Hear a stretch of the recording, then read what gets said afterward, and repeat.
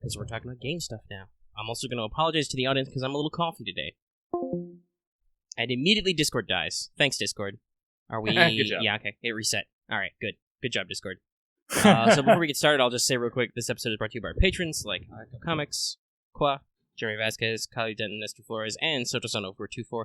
And if you like what we do and want to see us do more, consider supporting us on Patreon. And, alright. So, I got all my dice out already. I think you guys got all your sheets. Your pen and your pencils. I got most of them. Most of them, he says.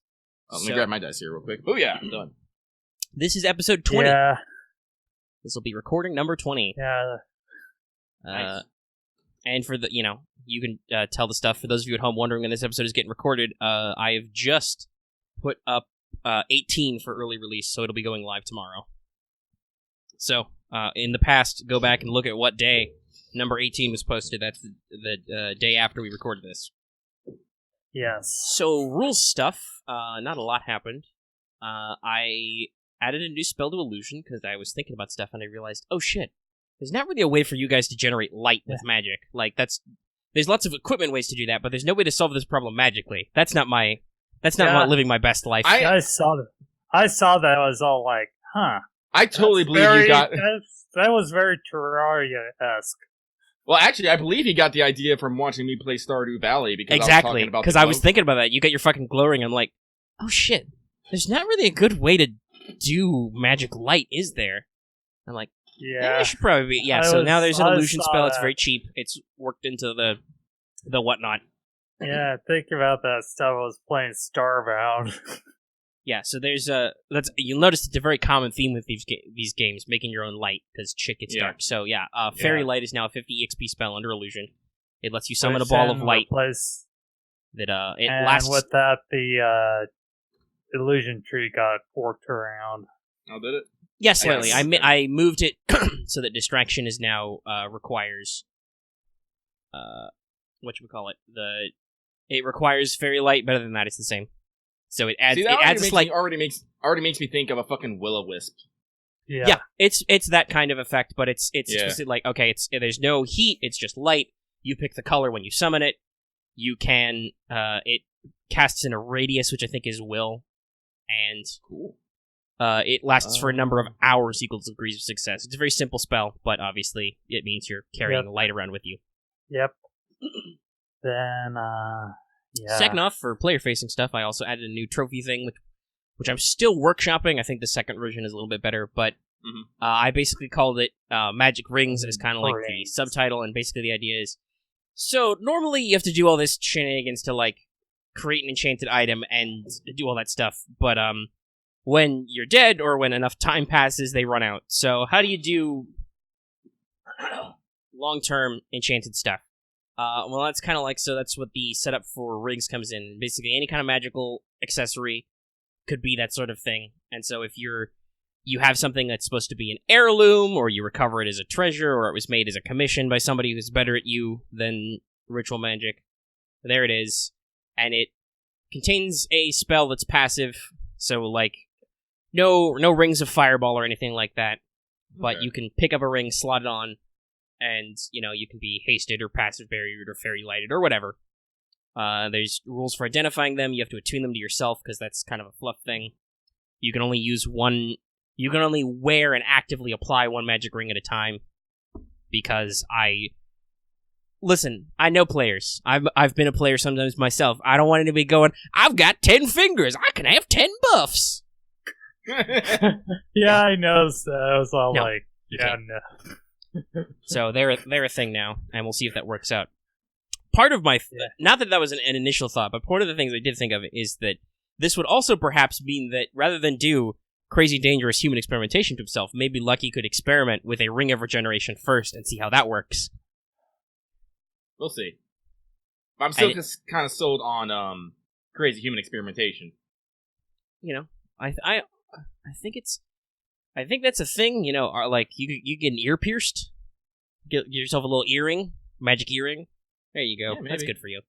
But yeah, so one thing. And then, so, something that's kind of player-facing but kind of not, is then I did some thinking about stuff, and this made me think about another system. So now in the Marshal's Handbook, there's a note on cursed items, so there's a whole big section on this, which explains the rules for cursed things. Yeah. which is basically, hey, they're way easier to find. They cost less and are easier to procure, but also they're cursed. They suck. Every cursed item has the same effect when it comes to luck. You count as having one less luck point. Like, basically, you've permanently spent one. Oh, and you can't use luck points to modify them ever. Yes. Oh, you want to reroll that test using a cursed dagger? Nope. You want to? And then at certain points, the marshal can use a cursed item to be a dick. Yeah, they're cursed. They're bad news. Yeah. They want to hurt you. Yeah. And then there's a second, which is there's like narrative effects, which there's a random table for, but you can also mix and match. And so there's like, okay, so cursed items are powerful, they give you bonuses, but also they have a cursey thing. Yeah, I did like some of those cursed item effects. One of them seemed like the Duquette effect. The Duquette effect? Is this a thing now? Which one's the Duquette effect? I think it's a covetous one where everyone wants the thing that the person has. Oh yeah, no, Duquette wanted all the shit. And then there's the one items, which was, I think, Bloodthirsty, which has a positive effect, but has the whole Fire Emblem effect of damaging you, but it can also damage others. Yeah, so Bloodthirsty is actually the example I was going to give. So the bonus effect is it can only be on melee weapons, but it's +1 damage and piercing, you gain the devastating and crippling qualities, it likes to do crits. You take a +10 to attack rolls, but a -10 to parry rolls. But the curse effect is the weapon hungers for blood, so unless if you sheath it, if you draw it and ready it, basically, if you want to sheath it or drop it or do anything with it, it has to have inflicted at least 1 wound on a living creature. Inanimate objects don't count. If you want to do that and you haven't done that, you have to roll will. If you fail, it lashes out to something within reach and does base damage. If you critically fail, you always strike an ally or yourself and deal your normal damage. And remember, it's a cursed item, so you can't go, Marshall, I'd like to re-roll that 97. No, you cannot. So yeah, that's just an effect that I put out there. Because I'm like, all I can say is like with curse on it's all like, yeah, those seems to be fun to mess with narratively, but it's all like at the same time, our character is like, huh. Well, I think they'd be like always add an interesting dynamic. Right, because they always have a bonus. One of the ones I like best is Treacherous, which is like, yeah, it's just good to you. All tests when you use the item are +10. Anyone who tries to take it from you, even if you're not opposed, has a penalty, and it always comes back to you right away until you roll that first critical failure. Then the item betrays you, and like literally everything is bad, including it gains a permanent +2 damage to you if it's a weapon. Mm-hmm. So like, it's your bestest friend until it's not. Yes. Like I said, it's just one of those like additional things you just have to deal with, and I think curse items will be good for like character development. Yeah, and I've noted that they're really tricky to destroy. You have to like contain them. Yes. Contain them is all that stuff. Jot that down. I should put that down. No. I have a thought that I wanted to put up, but I didn't actually find a space to put it. Let me add it there. I don't think it's in. But the idea was, at character creation, you can basically take a cursed item as a 0 XP quirk. Nice. Wow.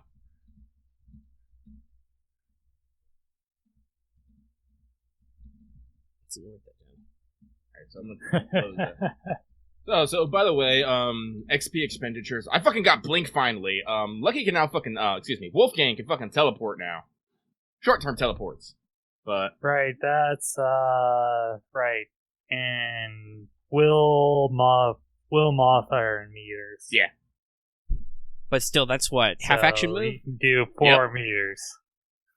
It's also like fuck your difficult terrain and also all your other things. I'm just there. Mm-hmm. Yep. I'm just gonna start increasing my will a fuck ton. So, or there's a type of focus which gives you increases your will mod effectively. I think that's the potent one. Yeah, probably. Yeah, I think that's the potent. Focus is fun. But alright, so that's I think all the mechanical stuff. Other than that, I have added a fun new NPC stat block these guys should hope to never run into. Oh, I saw that. I was looking through the edits and I was like, oh. I have not seen it yet. They're spooky. How spooky is spooky? Like 11 out of 10? I'd say a 9 out of 10. It's like you take a bad thing plus another bad thing and it makes a really bad thing. that kind of thing. Yeah, so I added ghouls, or ghoul. Ghoul. Ghul. Cool.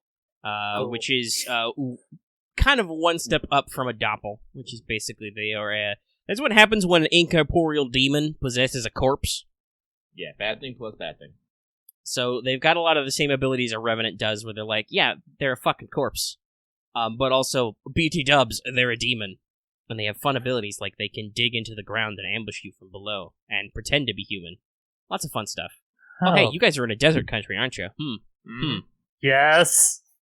Yes. But not as bad as a giant. Wait, if we're in a desert, are there, like, giant ant lions?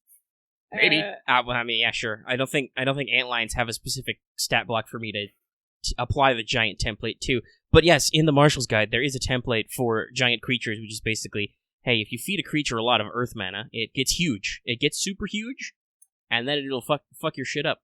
Yeah, let's not walk across any deserts anytime soon, so Omega doesn't have to fucking add a giant template to an antlion. Yes. Actually, you know what? I'm pretty sure you can just take worms. I'm pretty sure you can just take the scorpion and just give it the ability to burrow and trap, and you're like, boom, antlion. Yeah. Scorpion is actually just a template, so you can do giant animal to it. Or metal animal. Yeah. Metal scorpion. Ah! Metal scorpion. I will fuck that metal scorpion up, and I will use its carapace as armor. I swear to God. Yeah, that's that. Yeah, metallic is a really fun template. Automatic ghosties are automatically armored. Let's see here. Make a sound. Instantly move to another location with minutes and meters. You see, that's not occupied. Yeah, no splicing. You can't, teleport into somebody and they explode or something. Yeah. Oh, this is what I was gonna ask about Blink. If I used to use magic to clairvoyance a spot, could I blink to it? If you can see it and it is within your range, yes. Okay, so that also includes periscopes and other bullshit. Okay, cool. If you have what counts as line of sight on it, then you can teleport there. It's just obviously it has to be within 4 meters. Mm-hmm. I mean, very useful though if you don't want to have to jump out of a trench you're in or something. Mm-hmm. Saves you a lot of time. Looking at this. Alright, I was going to save all my XP. Yeah, go for it. I think I do want to get teleport next, though. Because I know I can easily get Earth Coffin with this round of XP. Oh yeah, that's right. I haven't found a good place to use the Mimic Crab yet. Mimic Crab. I designed that just to tweak Lucky's paranoia. We need more chests so mimics can appear. Well, Mimic Crab doesn't Mages have to just of hide War the does chest. have This is the thing. Mages of War does have the potential to do actually, some bog standard dungeon diving, but it's just we've been. I mean, unless the general command is like, "Hey, there's this giant pile of treasure here." Go there's an opportunity for some Call of Cthulhu-esque adventures where, or like the beginning of the Mummy movie from 1999. Well, I mean, honestly, the military could be like, "Hey, we just this recent battle has recently uncovered some new fucking ruins, and we want you to go investigate them and find out what happens before the enemy does. Get through that shit." Yeah, stuff like that. Or like I said, because I remember beginning of the Mummy, where just the French Foreign Legion guys are just chased into the spooky temple, and they're like, "Oh, that's weird." Right, there's I know at least in Black Clover they had one such thing where this suddenly a magical maze appeared, and then the Diamond Kingdom and the Clover Kingdom were both saying their guys get it. Yeah, actually, I kind of feel like that's something that should come up. It's maybe randomly just some ruins fucking appear, and everyone's all like, "Oh shit, there might be magical junk in there. Let's get it first." Everyone mobilize. I don't know. But as I said, we're in fucking Africa doing Africa things. Africa things like raiding, attacking ports. Honestly, we've been talking about it off mic, but I said, we've already kind of changed history here, so I'm kind of trying to keep pushing it a little bit. Yes. Alternative AU history.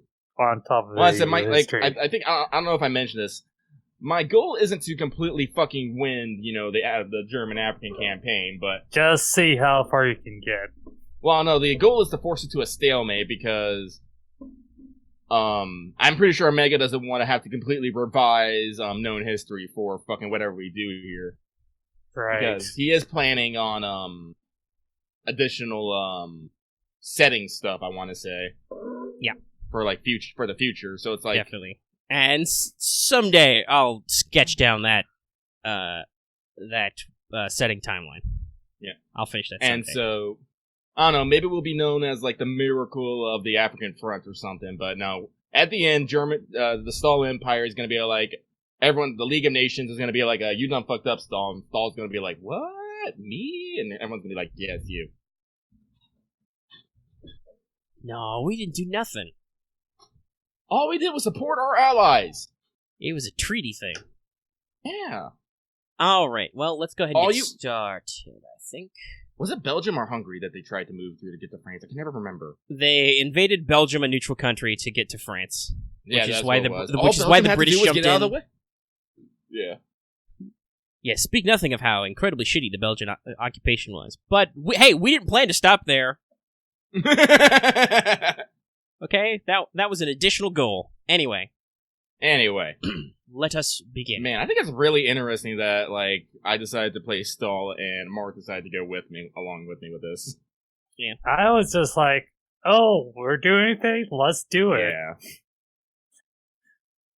I'm just that sort of guy's like, "Oh, this thing is happening.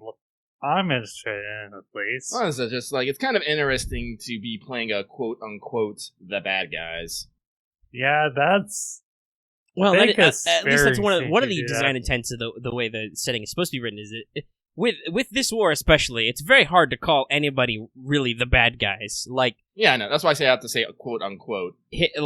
At the time, the Entente forces tried to vilify the German and their allies because they lost, and somebody needed to pay for all this fucking war we did and all this stuff. Mm-hmm. So it was kind of a pain in the butt.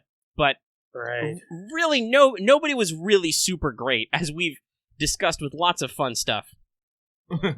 yeah, and a lot of stuff when we're talking about shipping concerns, Germany. And Lucky's asking me about are Q ships a thing yet? Which, by the way, was this lovely British naval tradition, which was where they basically upgunned civilian shipping vessels and disguised them. They filled them full of fucking cork so they wouldn't sink. Yeah, and basically what because World War One, this was before a lot of submarine doctrine had been put into place. German forces were doing unrestricted submarine warfare and were hitting merchant ships, military ships, and anything that they could think would be supplying. Right. Anything that was basically at prior to this. I looked it up and saw that. Yeah. Prior to this, one of the big one was cruiser rules was supposed to be that basically if you were a quote unquote a cruiser, a ship cruising for a country, you were supposed to follow certain informal rules of engagement, which included if you stopped an enemy flagged ship to search for contraband or to seize their cargo as a prize of war, you were supposed to make provisions for the crew and do all sorts of officially type things. Yeah. Well, if you do that, you kind of ruin the stealth of your undersea boat. Yep. So, I said, but several times to try and win the war, the German forces were unrestricted U-boat warfare. If it's flagged an enemy ship, you can put a torpedo in it. Yeah. So, I mean, that really blew up after the fucking Lusitania. Yeah, Lusitania, which was an ocean liner. Mm-hmm. But in response to this, what the British did is they started doing Q ships, which were basically disguised merchant ships where they had guns and stuff like that to start sinking U-boats. Right. The only problem about this is a lot of the times survivors from the things, they would just shoot them in the water because they didn't want them getting on board and attempting to take over the ship. Right. And actually that happened once. There was an incident where a German U-boat pulled over an American shipping vessel that was taking war material into England, and a Royal Navy Coast Guard cutter came up next to them, jumped on their boat with cutlasses, and killed the German crew. And apparently it got back into the American papers, where there was a bit of a hullabaloo about whether or not we wanted to get in this situation. Yeah. As I said, I said wartime. It's bad, yo. Yeah, you basically get a lot of desperate people doing a lot of stuff to win the war, which is what the whole point of the game is. The whole point of the game is to be like, hey, you're a fucking magic man, and you're thrown into this war situation where you have to deal with the very real fact. Like, I don't think you said this on recording, but Lucky and I actually had some back and forth about he wanted to do lots of steps to try and cleanly and humanely take the target. And I don't know if you guys have noticed, but sometimes I like to GM via the Socratic method, so I just sit there and just ask questions about the plans. Mm-hmm. So, like, Lucky's like, okay, we'll put them all to sleep. And I'm like, so they'll die in the desert. And he's like, no, you said somebody will look for them. Fuck it, we'll wake a guy up and we'll send them. And they're like, okay. So they'll know you did it. And he's like, fuck it, they'll know I did it anyway. Like, just asking him questions, like, to make sure okay? Right. Did you think about that next part? All right. Yeah, I know some of those, I know some of those, questions that sound like a very good, GM, podcast, and, so my players want to do this, so... And said, well, the way I keep playing, I like to play Wolfgang as kind of a white knight, maybe, the last knight of the fucking... maybe the last knight, someone who is, still very concerned about, chivalry and honor and trying not to kill people unless he has to. Which, my character is more or less just following the guy who just follows orders. Yeah.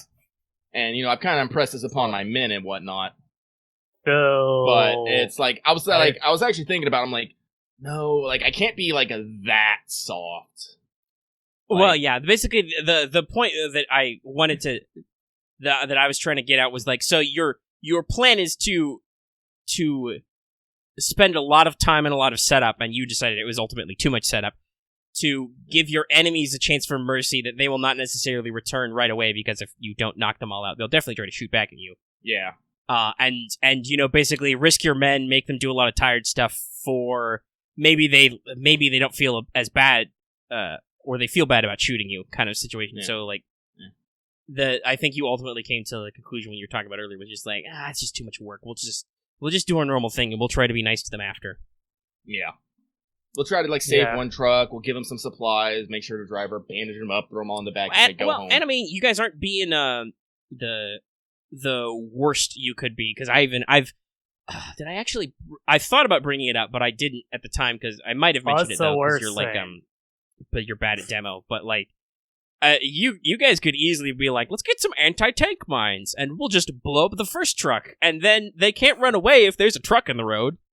Yeah, no, you definitely mentioned it, but I was like, no, that's very professional warfare. It's just, we'll just fucking mine the road, the first truck will blow up and stop, and then we'll get them all. Well, remember we talked about the whole, taking out the whole, shooting up the first truck, wheels or whatnot, just stop from moving. Also, wasn't the anti-tank mines, expensive? I can't remember. They might be. I don't know. Sometimes I do suggest thinking, I'm like, I don't fucking remember how much stuff costs. You could try and, that would count as mission equipment. You could try and procure logistics some. There was also another suggestion, was that since Marth's character has erosion, or you just have construction, you could just build a pit trap and hide it and be like, oh, cost 30. Yeah, 30 is a... Cost 30. Yeah, but what's the rarity? Uncommon. That's minus... It's minus 10 on a procurement test. Oh, yeah. Right, I have... That's an important thing, as we move into, starting final prep, is that, you remember, you don't always have to pay for stuff. Paying for stuff is the no questions asked way to get stuff. Yeah, no, I've already used procurement to get us to get my team, the main team, Desert Camo and Periscope for me and Ulrich. Right. Because it's something all right, we're only gonna use it once, and then we'll probably give it back. Okay, so we're about 20 minutes in. So I think we left off at night anyway, so everybody rest up. Everybody has full luck. I think you guys got enough for all your fatigue problems, finally. Yeah. Yeah, we had a couple days. And you're ready to go. So, we did some gorilla math off mic, and I, once again, scrounged sat photos for cool landscapes. So, I don't know, that may or may not end up being if I can find it again, that may or may not end up being the bed image for this, is my shittily drawn crop my shittily cropped middle of the nowhere dunes image, where there's just a straight line road in the dunes, and I put a rough scale, which is like, I think I turned it to like 10 pixels is about 100 meters. Let me see that image. And I'll save it in maps, because I have a maps section. But yeah, I'll repost it for you guys. So it's like, it's huge. Oh, actually, since Marth mentioned rounds, that reminds me of another thing. I think that was also after the last session. I added 2 new ammunition types, because I realized they were a thing. The first is incendiary, because that was actually experimented. You're not supposed to use those on people, but they're supposed for like stopping balloons and stuff. Those give you anti-material, flame, and cauterize at a range, because they're not super long range, but they also have a tracer-esque effect, so people can find you. And then really expensive match-grade ammo, which was actually a thing experimented with in this time. It's like for competition shooting. It's very expensive because of the time requirements and labor requirements involved, but it's just better bullets. I think it's like plus 25% range. It adds critical and reliable. Wow. They're just better. They are. Hey, guess what? They're tested for failures. There's no chance that a match grade round is a dud. So the gun won't jam. The bullet is good. You may fuck up and put the bullet somewhere where you don't want it, but the bullet is fine. Yeah, this is operator error. Yeah, but they're freaking expensive. They're as much as Wildcat rounds. Yeah, I'll stick with my AP ammo. Yeah, AP's cheap. Just steel core copper jackets. That's all shit we got lying around. Heck, if you gave him a mold, I'm pretty sure Mr. Warpsteel could, do it by himself. Yeah, probably. Like I said, if we got, like, space, I'm gonna, like, take some fucking, I'm gonna take some, like, truck scrap. And just... Take it with you for raw materials. And someday you'll add a manufactory to the base. Yeah. Okay. Actually, don't we have a manufactory? Do you? Wait, I don't remember. Actually, let me we asked about it. I feel like the answer at the time is no, I don't know if we're that industrialized. Let's see here. Yeah, no, we have a manufactory. Oh, you do? Neato. So you can just take it back there. We have an armory workshop. Oh, yeah, that's right, because I said we got it because we have the recovery and support group now. Yeah. Yeah, we have a dedicated people who are like, yeah, we're going to fix and make shit. Yes. Yeah, we have the armory. You have an on-base machine shop, so yes. I'm pretty sure it's just not like a huge one. Probably not, but hey, it exists. Yeah. So, but anyway, I did my math. We calculated that the approximate distance to target is about 500 kilometers, which I think means with your average team speed is about 2.5 hours. Yeah. Yeah. So you gotta, your target time is sometime basically between 06 and 0700, and you gotta figure out how much lead time you want to prep. Well, I said we're not doing the ritual thing, but I still want us to get dug in and set up and quote-unquote comfortable. Art of War, the army that arrives first is always the one that always has the better chance. Actually, I take that back. That's about 3 hours. Damn. Yeah. So, so I want to basically get there about an hour early. That should give us enough time, just in case we get a little lost, and enough time to properly bunk in. Yep. Well, luckily you told everybody to eat a big dinner and kip in early. Yeah, I did. Yes. And, hey, this is the military. Sometimes they ask you to get up at 4 a.m. Mm-hmm. So let's see. So I assume you're going to want to arrive at the early point, so about an hour before. So you're gonna be out there before the sun is up at about 0500. It's gonna be fucking cold, and you gotta wake up about 3 hours beforehand. So that'll be at 2 a.m. So by the way, if you remember, you invited your new war correspondent to come view this. Are you actually gonna tousle her out at 2 a.m.? No. Okay. I said I specifically said if she felt up to it. Yeah. Okay. She can see us. Shocking no one. No, she is not. She does not, of her own volition, wake up at 2 a.m. That is fine. Yep. All right. So it's 2 a.m. Well, she doesn't get this. well. As I said, this is a combat mission, so I'm going full suit. Yeah. Yeah, full suit too. You feel a little chilly. No, I don't. I have fire starter. Oh yeah, that's right. So you're fine. You're regulating your body temperature. Everybody's bundled up in their flight jackets. You're taking, was it two full platoons? Yep, I'm taking the air rifles and the recovery support team. All right, everybody's tuned up. It's pretty dark. Like this, this is. In fact, honestly, this area is basically pre-industrialization, right? Like the base barely has electric lighting, right? Yeah. So it's very dim. I mean, we basically have running lights and simple stuff, but like people still use oil lamps. And here's the thing: this region was not heavily industrialized. That's all going to come after. Like all of the African colonies were basically like, oh shit, people are making colonies in Africa to exploit natural resources. We gotta throw some flags down. And then nobody really did a lot with it. So like you have a few train lines. You have a couple of big cities you've built up at appropriate points like this one. So there are some bloody great searchlights ringing the base, in case of a problem. There's some sky searching lights, which also double as basically runway lights for you guys coming in. And you guys are probably like staged outside the hangar, with, a couple of bare bulbs, and some of you probably have their signal lamps lit. Yep. Alright, so you all take off. It's dark as knobs. It's literally the middle of the night. Let's see, I got my... Let's see, I guess I'll have my oil. Let me double check my weather notes. It's clear. So skies are clear. Plenty of starlight to navigate by. Mm-hmm. So I will allow your navigator man to make a navigation check with no additional penalty. Because the stars are clearly visible. Okay, let's see what's... And your watches are illuminated and double as a compass. 4, 6. Oh yeah, I love these watches. Okay, let's still... Yeah, there's quite a few bits of material. I'm like, let's not nickel and dime my players. Now the watch has a compass and it's illuminated, so nobody should ever ask how do I know what fucking time it is? You're wearing a watch. Same with like, how do I eat? You've got a mess kit. It comes with a canteen. That's how you drink to live. Also, right, and we're in hostile territory. How do I polish my boots? We're going to be in hostile territory. Yes, you will be entering hostile territory, so I will allow you to take that bonus.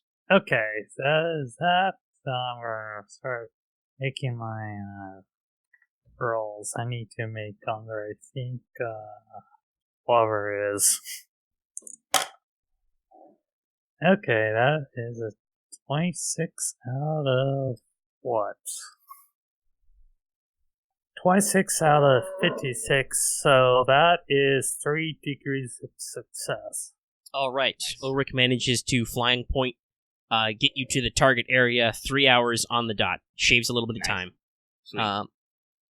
So, alright. You're flying 3 hours. Everybody knock off 3 charges, except the captain who only has to knock off 1. Everybody burns a little bit of fuel.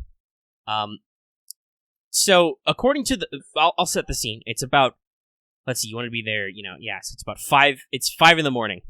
There's a little bit of light in the east, a little bit. You're looking at a road which runs southeast to northwest, basically. It's a diagonal. Mm-hmm. At about 5 o'clock in the morning in the middle of the desert, it's all a big black blur. You're like, okay, the sky is a lovely pre-dawn color, that shade of almost purplish blue. You can see the stars in the sky, and you can tell where the ground is because it's just a big blob of darkness. I raise my fist and say, watercolors!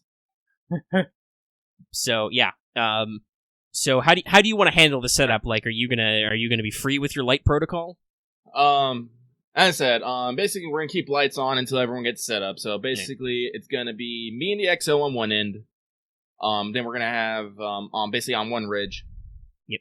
And we're gonna get under our desert commo. Make sure the periscope we have. I keep eye on the road with the periscope. Ulrich and old man medic. I can't remember his name at the moment. Raphael.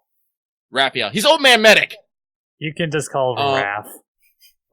Old man Raph is going to be on the other end with desert camo and periscope on the ridge. The air rifles and recovery support are going to be in between us, but below the dune, so they will not actually be visible from the road. So... Alright, so... with probably lots of searchlight light, a couple of flashlights, a couple of lamps. everybody basically kits out. So when you actually get down to the ground, you can see this set out. It's as was described by intelligence, and there are even some like map drawings. So there's a decently sized desert road. It's been packed down by repeated travel. There's no like tire tracks or anything because it's been a few days, but it's fairly stable and level and kind of like in a built up a little, but it's in an imprint, a space between two dunes. There is a fence running alongside it. It's a wooden fence, so it's not a big deal. And it's not like a picket fence. It's a pretty standard fence. Keeps cattle and goats out, but won't stop anybody from hopping over it. There's some light scrub cover down by the road, attempts at windbreaks and the like. Mm-hmm. But it's mostly open, pretty visible. You've got probably, 10 or 15 meters of clearance on either side of this road, which slopes up into the rolling dunes. And there's a slight ditch, probably a little bit less than a meter deep on either side of the road. So, all right, yeah. Coordinate. Start belting out orders. We're on the radios. Like air rifles from here to here. Set up. Get low. Recovery from here to here. Stay low. Wait for my word. Ulrich, old man Raph, you set up past the recovery and supports at this crest. Remember, your primary target is to take out the rear motorcyclists. So basically, you guys are your teams are over the first sand dune, basically in defilade, and you guys are on the one behind them. Just to clarify, Okay, yeah, just making sure. Get in the picture. All right, so you guys are looking up over. So that's probably another 10 or 15 meters, basically. So you're looking at, depending on where exactly, and you guys can decide how close or how far you want to sit, because the dunes aren't necessarily straight. Whether you want to be somewhere between 30 and 20 meters from the road. I definitely want to say like 30. All right. Though I will point out for shooting, this does count as height advantage. Nice. You're firing into a depressed area. All right, so we'll have the height advantage. I said we'll have a little bit of time to set up.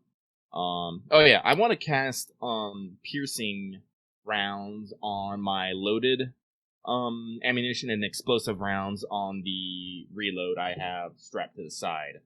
Okay. We'll roll them then. Yeah, I'm gonna roll them. So make sure I actually have proper dice. Just think about if I want to cast shatter rounds on mine, make them bullets. I rolled a 98 on my spellcrafting. Hey, can I just let that fit? What does I think? So I think the thing with criticals on magic is, let's see, we're spellcasting. Yeah, because if it just regularly fails, you can just be like, all right, I'm not gonna cast it. But what does a critical fail do? Yeah, so I don't. Let's see, casting roll fails. Can fizzle. Yeah, okay, so it doesn't actually specifically have any critical failure results. I would just treat it probably as like maybe an automatic magic mishap. Well, I'm just gonna let it fizzle. Alright. It's like, the stars are not aligned for the spell right now, so I'll just pass on casting the piercing rounds. Because I don't want to start spending luck before we even get into combat. But explosive rounds on my reload. That's actually a lot better with a 10. So, let's see here. My will is 40 degrees success. Do I have anything else for spellcasting right now? I don't think so. Yeah, I just have basic stuff. So, that 3 degrees of success, that means my reload has explosive rounds that gives it basically a blast effect of 3. So, basically I'll hit everything within a 3-meter radius, and anything that is on point takes double damage. Yay. Much boom.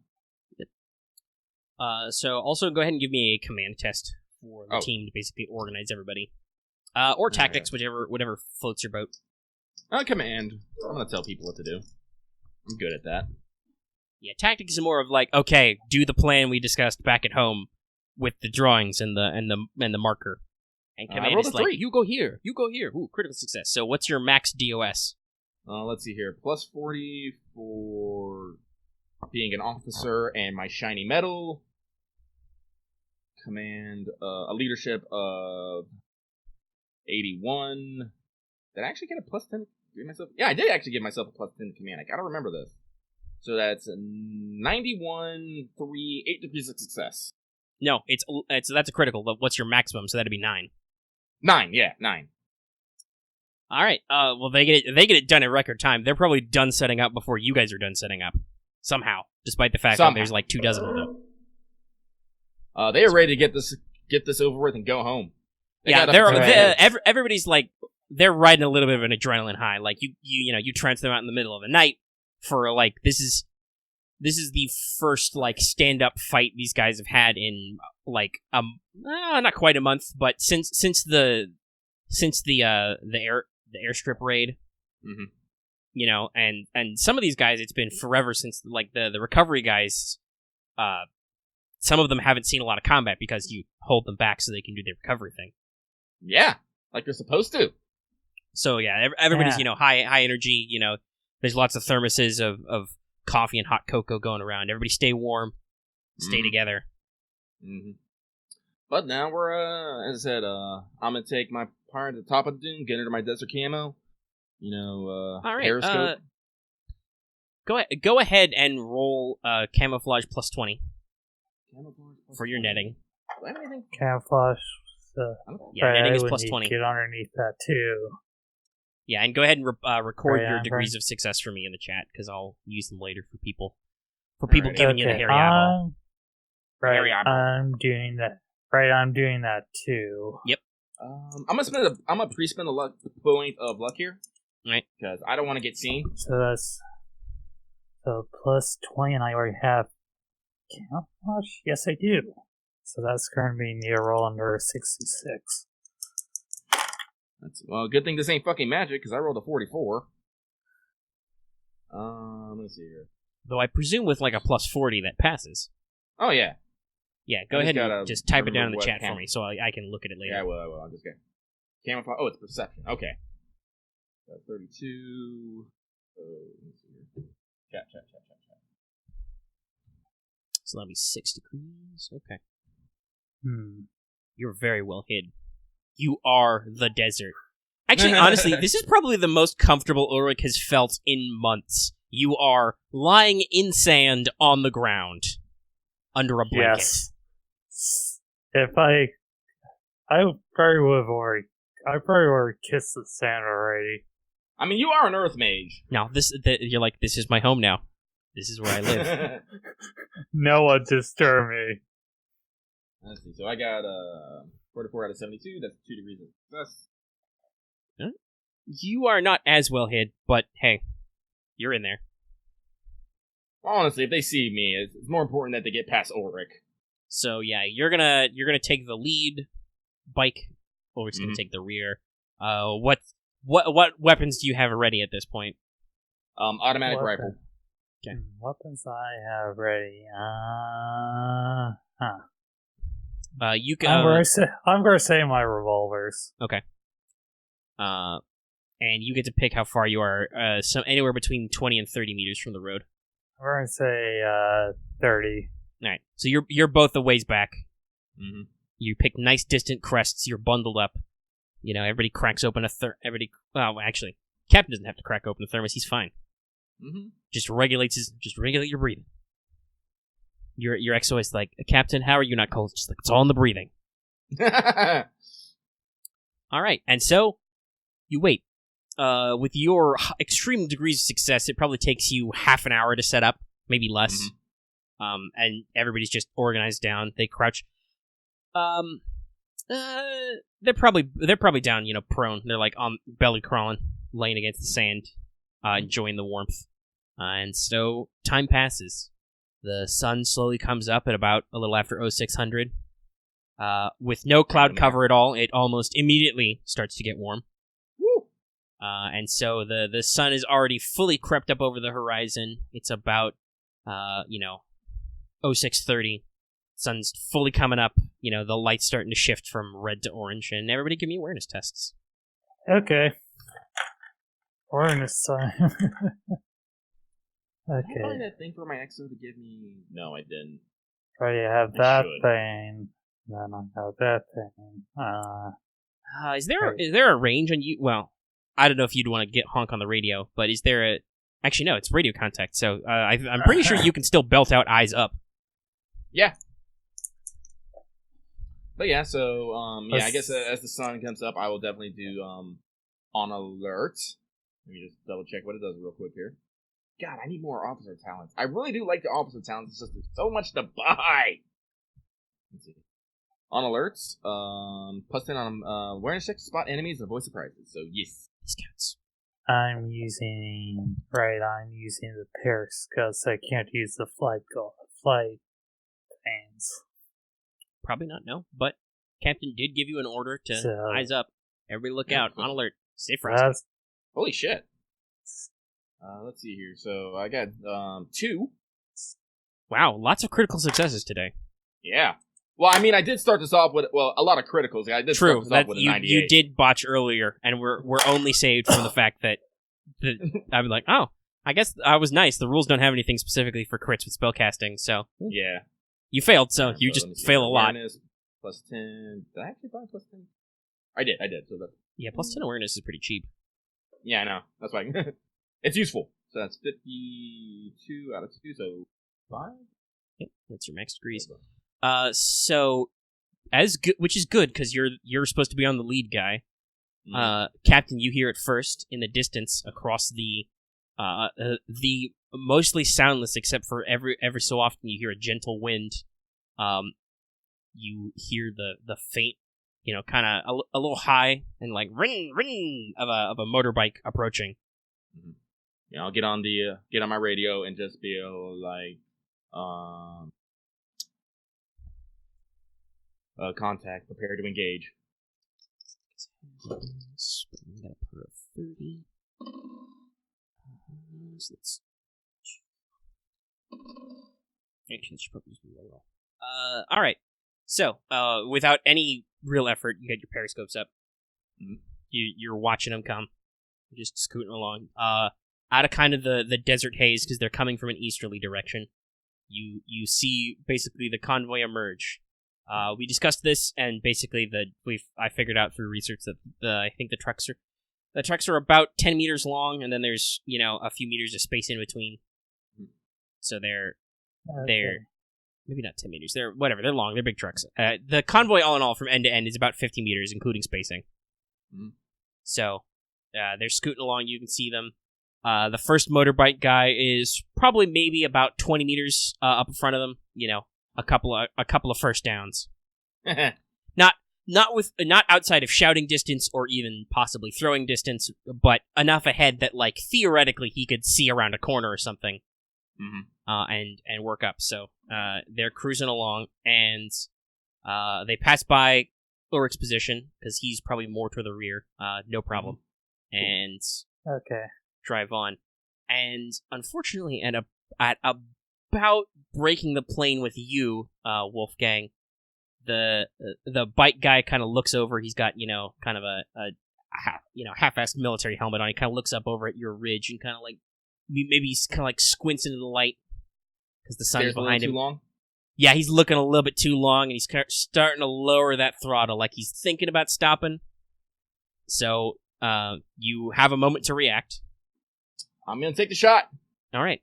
That's probably counts as a full action aim. You had plenty of time to aim at this guy.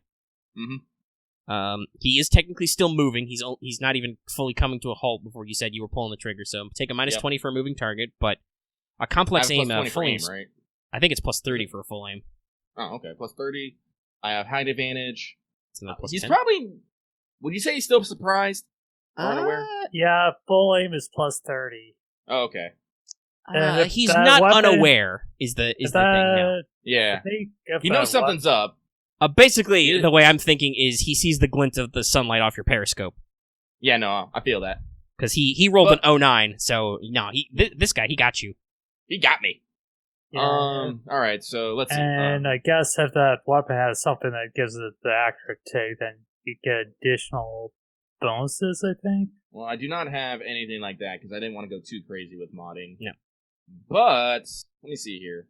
I do have auto fire. So how does auto fire work again? It's a full action. It's plus 20. Yeah, so that's going to be plus 50 so far with, and it plus uses, 30 so far. I believe the auto-fire rating on the automatic rifle is 4, so it'll use 4 bullets. That's the maximum number of hits you can get. Also, this is a question. Are you aiming for the driver or the bike? The bike. Okay, so no penalties. You're going to take the bike. A bike's probably not a large target, unfortunately. No. So if you do want to make sure you drop a bike, though, I would say full auto. Yeah, that's why. So I'm gonna use my full auto, full aim, and then plus 30, plus 50. Let's see. My tags are. Oh wait. My minimum range is 100 meters. So... Oh yeah, so that's close. That's another plus 10. Okay, so it's plus 60. He's well inside your strike zone, and then like I said, minus 20 for. Yeah, so plus 40. And minus 20 for what again? Moving target. Moving target. That's right. But don't you have the height advantage? Yeah, no, I already counted that because it's plus 20 for auto, plus 30 for aim, plus 10 for height, plus 10 for close. So that's plus 60. Then minus 20 for moving target. So that's still plus 40. Okay. And let's see here. If I get a, let me check my mods again here. And if I get I succeed, I'll automatically generate 1 extra success because of my muzzle brake. Nice. So your minimum 2 hits. Yeah. Oh, Jesus. Okay, so I rolled an 11. I'm glad this ain't magic. I think that's 4 hits. Yeah. So, because while my Warframe range is only 31, that is bumped up to 71. So that is 6 degrees of... Right, yeah, so that's 6 degrees of success. On you hit a full 4 times. He's on a bike, and he can't... So you can't actively... a motorcycle can't dodge, basically. All right. This guy will make an... Because it's an area weapon, the pilot will make an evasion test to basically see if he can see your shots coming and dive away from his bike before it explodes. Mm-hmm. So let's see. They are trained in evasion. They got a decent agility. He needs to roll really well, though, to get out of your radius. No, that's a 43. That's a failure. Oh, bad. Like I said, this is just my standard ammo, so it ain't gonna... Well, we'll see. But, so, that's gonna be 4 shots of 1d10 plus 5, AP 7. So this is this with the anti-material tag? Yes. Okay, so this is AP. Alright, so that's full damage. I'll just roll 4d10 here. Let's see here. I'm just gonna write this in chat here. This is for the sides. Yes, the good old 1 armor in the sides. Oh, lovely. 1d10 plus 5, so that is 13. So 1, so yeah, so your pierce is more than 2, and it counts as full, so we're going right through that. 12 and 9 AP 7. There we go. Yeah, okay, so that goes to clean, so that's 13. Actually, right, no, this is your regular, this isn't blast yet, so it's not double, that's right. Yeah, no. So I'm trying not to vaporize people here. 13, 11, 12, 9. Alright, so yeah, that's a dramatic failure. Oh no. That's by your let's see, how many wounds is it? 20. Yeah, so you only needed 2 of those bullets, but you gave it all 4. Yeah, I did. So now it has to roll vehicle toughness to see if it dramatically fails. That's a 26 out of 15. It just sparks something. The gas tank goes. The guy doesn't bail out in time, and just it. Ooh. Not a big explosion, but like a small fire explosion, and just bah. Let me see. Actually, was there a damage rule for this? I think there is. Mm-hmm. Toughness test destroyed may result in a crash or an explosion, which deals 2d10 to all persons around. And he didn't make his. That's percentiles, not damage. Let's do that. So that's 2d10. That's a 9 and a 9. Yeah, that's 18 damage. He only has 16 wounds. He is unfortunately filled with shrapnel and dies. Damn it! Well, because he's only wearing an armored vest. Blarg. He is dead. Well, that's 1 casualty. Yeah, so you cause a fiery crash. Now, you did not say you were giving the "I'm shooting" word, so that's the situation is announced by a hail of gunfire. I will allow Ulrich the brief split second, because I know you were waiting to fire, to go ahead and unload on that guy in the back. But otherwise, it's going to be initiative. Would I have enough time to aim with that, or is no? Oh yeah, no. You knew he was coming up, so you would have been able to aim at him with the complex. Okay. This is like I'm aiming with because both my revolvers. Oh, you're gonna 2-weapon? Yes.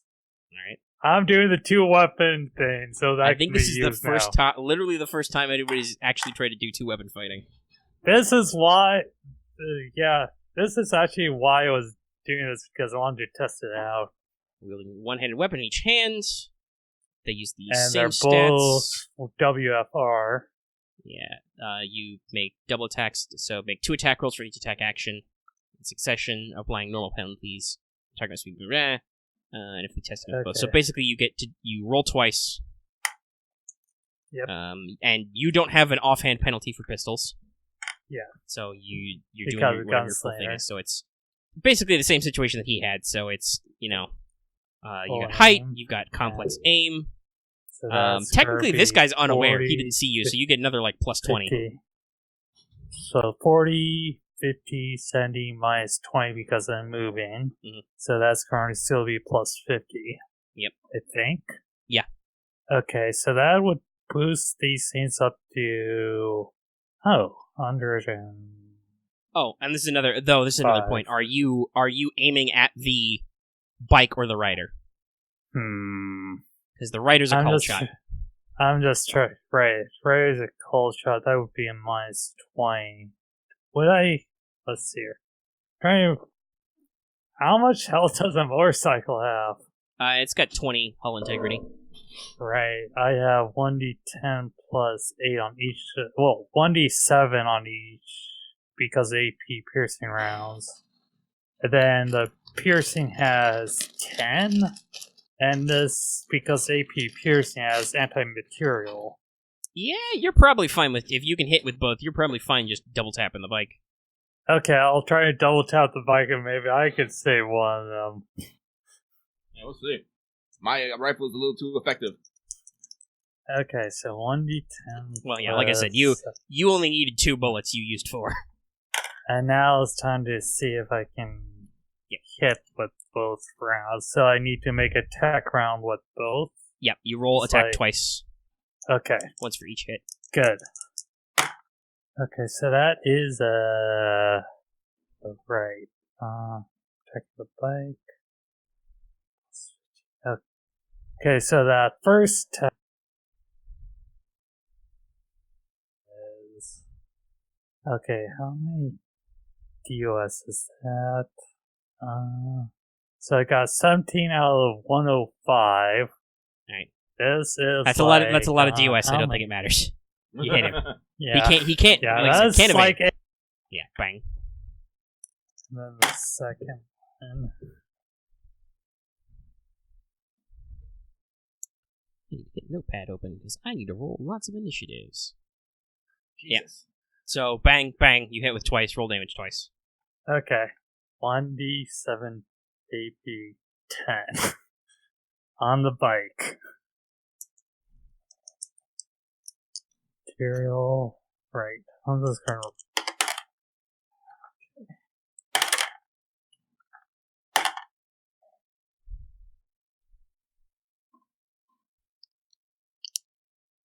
Yep, that'll be enough.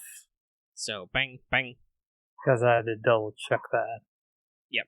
Alright, so that's also over 20, because it's anti-material. Yeah. It counts fully, so let's roll toughness. That's a 36 out of 15, so that's a dramatic failure. Let's see if the guy rolls to fail. That's an 80, that's a no. But he only takes 5 plus 8 is what, 13? So he'll make a toughness test. That's another 87. My dice are terrible today. So he does not bail, but doesn't die and instead passes out. Okay, good. So he has a fiery crash into the ditch and just flops over in the dirt and is like, blah. Blah. Yeah, exactly. Okay, the first Wilhelm scream. All right. Well, lads, go ahead and roll me initiative, and I gotta roll lots of initiatives because I have 6 trucks and 6 mages. Time to see what I get for initiative. How good are these guys? That's that. The shots are basically the balloon goes up. 7. Alright.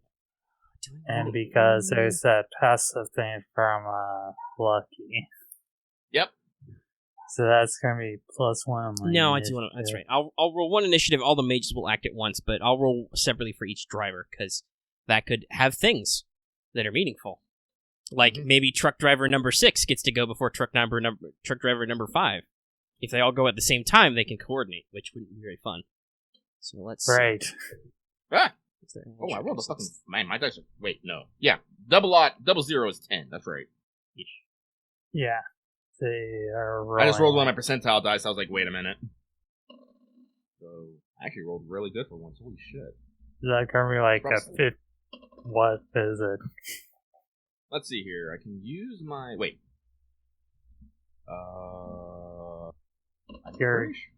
I think... Don't I have a thing that lets me switch out my will mod for my... I gotta check. Holy shit. Possibly. Do you have light feet? Yeah. Then yeah, I believe that's what that is. So that would be a 4 normally, and then you have that +1 for your own thing. Yeah, then I have Paranoid, which is like, shit's about to go down! Which gives me +1 initiative roll. That's 15. So that's and then Think Fast, that's what it was. All soldiers in my leadership modifier meters gets +1 on all initiative tests, and may use better on aim. But, let me see here. Oh, for purposes of range, double my leadership. If anyone ever counts being able to see and hear you. No, so... Yeah, because me and my EXO are together, yeah, I don't think you actually benefit from the... No, don't you have the thing, which is anybody who's in radio contact with you counts as in your range? It specifically says, That's only being able to... Oh, so it's a range cap, not a see and hear you, right? Okay. Yeah. Because, yeah, for purposes of range, double my leadership. So, yeah, it actually, like, so that doubles to 8 meters. But I don't think Ulrich is within 8 meters no, of me. No, he is 30 meters and then he's like 60 meters away from you. He's on the other side of the road, a ways. Yeah. So he still gets 14 now. I am in radio contact with counts as being able to see or hear you. So I can basically belt out, orders over my radio. And it counts for everybody, but... Right. Yeah, for like range ones, no, I have a maximum 8. Like to make it work, my EXO would have had to go over with Ulrich because she counts. Yeah, she counts as within range. That's right. Yeah. All right. So how did you do? Oh, me? 16. Holy shit. Okay, you're going first. 16. So let me put that up. Yep. And basically, you can kind of as a free action tell your guys to do one thing around, basically. Mm-hmm. To simplify things, but so I've by the way, here's the initiative. I'll tell you, because you'll love this. It is in fact the clusterfuck I wanted. So Wolfgang goes first at 16. Ulrich is next at 14. Truck number 4 is at 13. Mages in truck number 5 are 11. Truck number 1 is at 9. Truck number 3 and number 6 are at 8. Truck number 2 is at 4. So well, I don't know which one actually the mages are in, so I'm just gonna ignore that. Actually, yeah. So let me see. I have to figure out what the order is, because you guys can see them. I probably should have talked about that before we got into shooting, but there was a little bit of, oh shit, they've seen us, they're going to act fast. So let's see, it's... Yeah. What are my... Okay. I will... Actually, I'll grab one, and I'll roll a d6, and that will determine which... The only truck you can cleanly identify is the fuel truck, because it's a tank truck. I will roll first to see which one that is. So let me get a d6 out really quick. Here we go. Okay. Alright, so that is truck number 1. Truck number 1 is the fuel truck. God damn it! So we can't...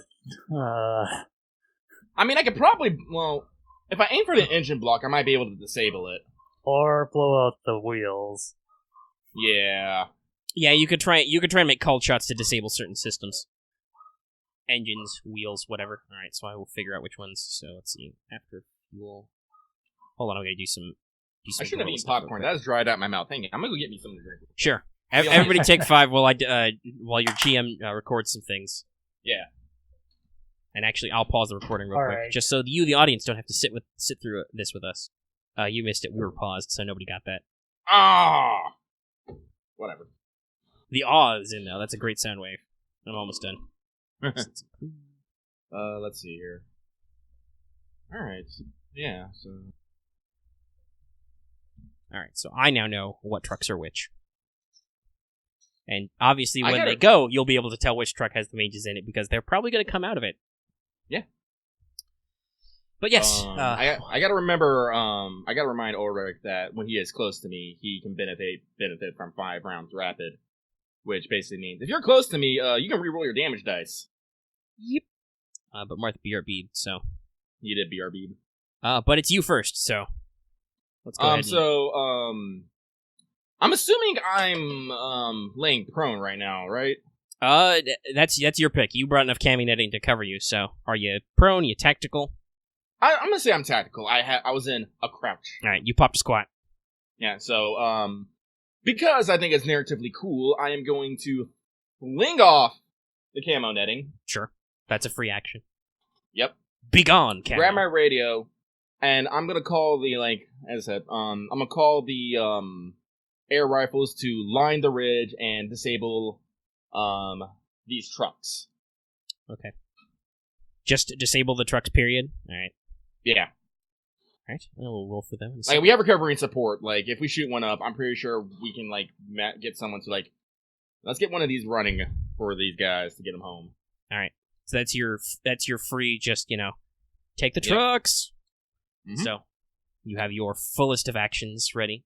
What do? So, I'm going to bring my automatic rifle up to my shoulder again, and I'm gonna put my sights on the engine block of the fuel truck.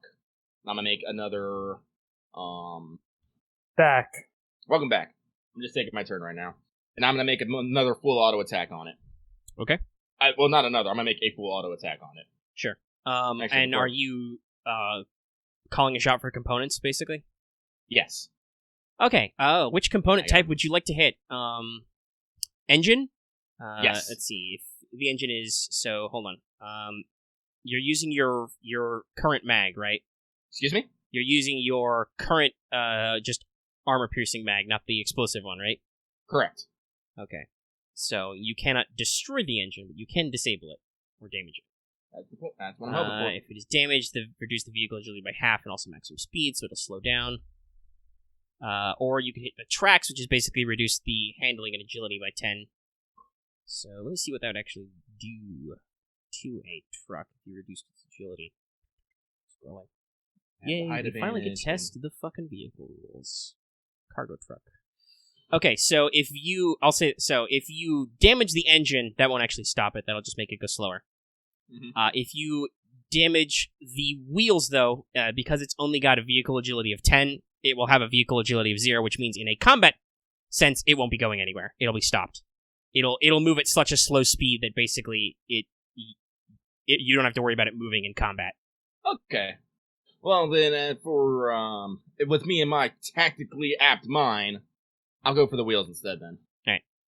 If you were using your explosive rounds, you could outright destroy components, you could just completely obliterate the engine block, which would stop it. But with just bullets, only effective damage. Mm. Alright, so that's a called shot, so that's minus 20. But you're full auto, so that's still plus moving. 20. No, this is combat. Moving, it doesn't count as moving. Oh, okay. Basically, imagine that everybody has to slow up and jostle for position immediately because the guy in front had a fiery crash. So, brakes. Okay. So plus 20, minus 20, plus 10 for height advantage, and for close range. And also, it's a truck. It's a large target, so that's plus. Actually, it's a truck. It's probably a very large target for plus 20. But I'm aiming for a specific. Oh wait, I am taking the penalty already. That's right. Okay, so plus 20, that's plus 40.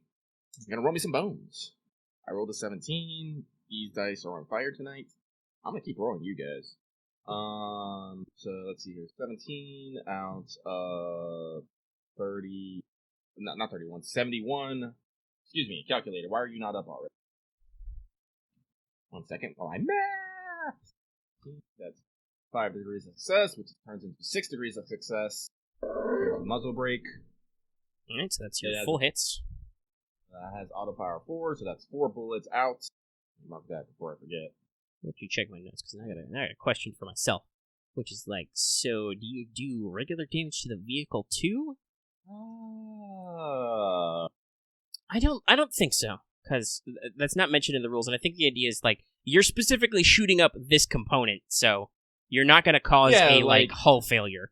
Yeah. Like, the truck won't explode or crash if you do lots of damage, just the tires will be stopped. Mm-hmm. If I do a fuck ton of damage afterwards, I go, oh, well, I was only shooting at the damn, Yeah, so you didn't have to bother rolling. You made the called shot. The hits are in. Oh. It's damaged now. Okay, cool. So its vehicle agility goes to 0. Its handling goes to minus 20. It can no longer move in a tactical sense. Nice. So you just strafe. You're pretty sure every bullet hits a tire. Oh shit, my tires are gone. You hear the of the tires popping.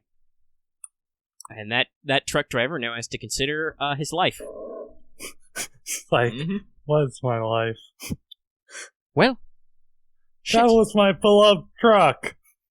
So we go to Ulrich at 14. This reminds me, I need to get a megaphone and enchant it to magically amplify my voice. Actually, first of all, because before we go to Ulrich, that's right. Somebody built it out in order, so these guys are gonna try and shoot the trucks. So let's see how they do on disabling trucks. Mm-hmm. That's a 22. They're pretty good at shooting stuff. I think that's under their average. Even though they're making called shots, basically.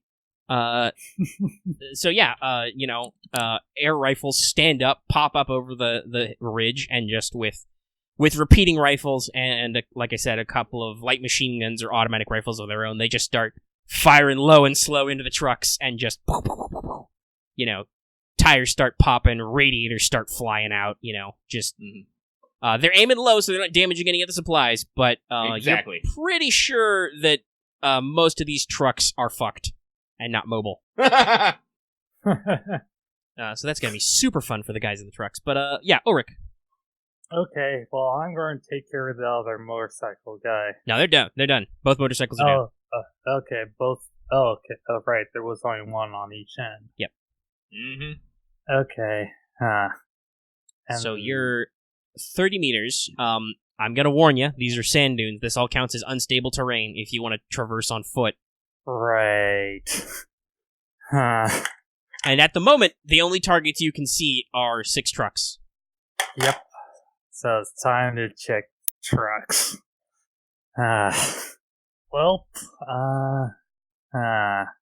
Let's see. Actually, I want to be fair to the truck guys, so let me roll randomly to see what truck the air rifle's disabled first. Unless, you weren't specific, so you just said take the trucks, so I'll figure it out.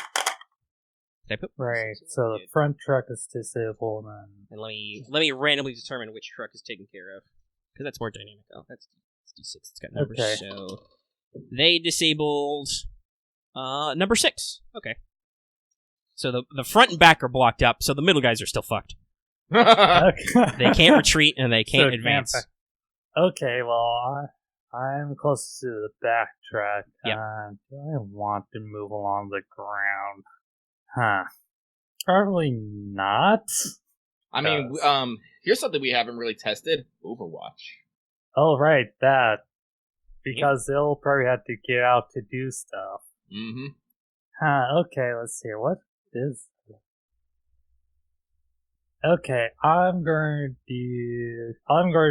for my action, right.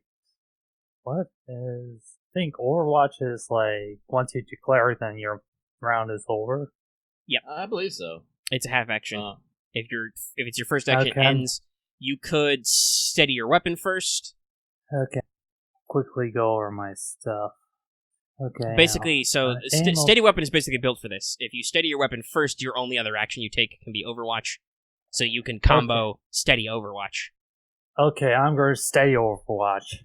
Alright, so you have a plus 10 to warfare range until the end of your turn, which will negate the response action, the reaction shot penalty, which I think you already negate, so I think you just have plus 20 to shoot. Then I have another plus 20 from Gunslinger because of I'm still using my revolvers. Alright, so you have plus 20 overall, so you don't negate the penalty. You kind of negate the penalty by just having lots and lots of bonuses. Yeah. And so any target who moves within your line of sight, you can and then choose to make a reaction shot. Grad, which then, because of Grad, if they fire in my range of sight... so if they declare an attack or move. Yes. Alright. So he just, Ulrich, dramatically throws his off and just, with his revolvers drawn, just steadies them and draws down. A tumbleweed rolls in the distance. Somebody's hat. Ulrich, we need to get you a fucking, 10-gallon hat or something. Get him a big shady hat. Yes. I assume Ulrich already has the toothpick. Yes. All right. He's an American cowboy now. He's Have you been been reading watching those federal states? He's been reading the Major's Penny Dreadfuls. He probably has, plus a confiscated books. Dinosaur novels. All right, and so we go to truck number 4. Truck number 4 is in the middle of the pack, and so is completely fucked as far as movement goes. They cannot tactically move or really do anything as far as escaping. So let's see, what are my vehicle actions? Vehicle rules. So let's see. They can't drive because they can't. There's not room for them to move up to meters up to agility, right? Yeah, it can only forward in the direction they face. So they can maneuver, change their facing, and adjust position of meters equal to base movement. Or you could reverse. That doesn't really work out. Yeah, that's right. First time. Look at my rules, sorry. Okay. He'll drive defensively as a full action. So he tries to get his truck started, starts scooching a little, bobbing and weaving. He scoots about 5 meters forward, having the distance between him and truck number 3, and is just all over the road, which gives anybody trying to shoot him a minus 20 penalty. Technically, that's a movement in your line of sight. You could choose to shoot him if you felt like it, but I assume you don't care that much about the truck. Yeah, I don't care about the truck. We know there's supposed to be mages here somewhere. All right. So that was truck number 4. Truck number 5. Well, he sees the truck in front of him is moving. He will also drive defensively. That was at 11. Also on 11, hey, guess who gets to go? Mages? Well, that's what it appears to be, as I'll tell Ulrich since he's on Overwatch.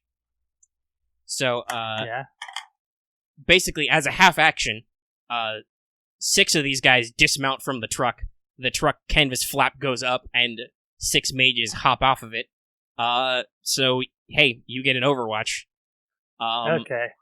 Right. Is that just like one revolver, or is that's any type of fighting attack you want to make. Okay, so if it's two-handed, the 2 weapons, then you could choose to make a 2-weapon attack. Basically, you can take a reaction shot. A reaction shot is any old attack you can make, and you can pick whichever one guy you want to do. I believe technically Overwatch doesn't end when you make an attack, so you can, you just saw a whole shitload of these guys move. You can dump all your ammo, but then your revolvers will be empty. Yeah, I only have I have 2... Yeah, you've got 2/4 shots left, so... 2 shots out of each one. Yeah. Huh. Right, so I can either try spraying the damage out or double tapping 2. Huh. I'm going to try just focusing on, let's say... How many mages was 6? Yep, 6 guys. Okay, so I'll say mage number 1 is going to get hit twice, and then I'll say mage number 4 will get hit twice. Alright. Okay, so that is right, because I have all those... Right. For the sake of my sanity, can we say that's number 3? Because I just realized these guys would be bailing out of either side of the truck, so you can probably only see half of them. Okay. So we'll say it's 3. Okay, so mage 1 and 3. Mages 1 and 3, that's going to be minus 20, but then I have plus 20 from that. Another plus. Right. Right. So plus 20 plus. Actually, wait. You steady? I can only steady with one weapon, right? No, you can steady both. You got both out. Okay. I was just making sure. So that's plus 20, another plus 20, minus 20. But you're making reaction shots with your pistols. Yeah, and then plus, and I still have the high advantage, right? So that's plus 10. Mm-hmm. Okay. Any minuses other than the reaction shot minus? No. These guys are not in cover via VU. Okay. They spent their half action to get out of the truck, so... So 1 plus 20 is going to be negated, so that's going to just be plus 30. Okay, so I need to roll under an 85. It's high dawn. This is basically Ulrich popping his ult right now. Yes. It's high. Where's that video? It's high. When McCree just like popping around corners saying "ha," and everyone's just running for their lives. Oh man, I wish. Yeah. But oh well. I don't play an Overwatch anymore. So 27 out of 80. Well, they're about to do the anniversary. You'll get a free anniversary crate. 60. I might do that. So 65 and 50. Alright, so 5 degrees of success. Should he try and dodge? And probably not. That's a lot of degrees of success. He has to overcome both, basically, to dodge 2 weapons, so no. Then now for Mage 3. You're a little scary with those revolvers, mate. I just realized, I thought of a thing I wanted to do, and I just realized that I didn't actually write rules for it. I note that in magnetism you can push or pull objects, but the rules are all... Oh, here we go. If you push an object into a person, there we go. Okay, I'm like, where's my actual... What happens when you push things? Oh, there it is. Okay. Yeah. Okay. So both those hit. Let's resolve that one first, basically. So roll damage. Time to roll them bones. It's still AP rounds. Yeah, so lots of pierce. So 1D. Let's see, what location? Piercing 10. I don't think their armor really... I don't think their armor counts at all. Probably not. But they still have toughness. So 1d7 twice. Huh. Okay. Okay. Yeah, it's not. That's not that good. That's only 4 at best in the torso. And let's see, you hit 72 and 41 as far as hit. Marth, why? I don't know why. I don't know. These revolvers wanted blood. Are you sure your revolvers aren't cursed? I don't know. So let's see. That's... Oh, hey, this guy has 18 wounds. Yeah, let me just double check your hit locations. So, yeah, 40 is body, 72 is the leg. So, you put one in his kneecap, you put one dead center of mass in the chest, this guy just flops over, no idea what the fuck just happened, just clunk, slams backward. You know, that's probably bits of his heart spattered across the side of the chest, the truck, and just blonk, he's dead. He's just fucking dead. 3 mages killed so far. 1 for revolver. Oh god, that's right. Wait, oh no, the guy on the bike was just a regular... No, these are... most of these guys are regular infantrymen, which is why you may notice that they're, the ones who've acted so far are trying to get the fuck out of here. The mages are like, we're gonna climb out of this truck and we're gonna fucking fight some guys. For the Mage 3. Yeah. Rip Mage 3. Everyone press fucking F. Well, I guess that means I got a kill with my auto rifle. Yes? I mean, yeah, you killed a vehicle. And a guy also, but yet that's definitely a kill. Honestly, I killed a driver. Kids, remember, I wrote the auto-fire rule specifically to reflect how much it fucking sucks to get shot by machine guns. In general, you will find getting shot fucking sucks. No, he'd have to be 6 degrees to count that, so no. Okay, so time for rolling them both. Let's see if you roll max damage again. Please don't. I would like to take some of these guys back so we can fucking ransom them. I didn't actually say that. So pay me the war price. Bonk. This is a very successful first use of Overwatch ever. Though it's funny, that technically Ulrich's character is it's 26. Yeah, he's donezo. God damn it! Those are both in the 50s. Are you sure you don't have a fucking contender? Because I'm about to start calling you Mage Killer.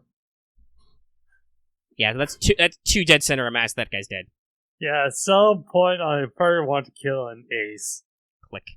All right, your cylinders slam empty, but you've shot two guys fucking dead.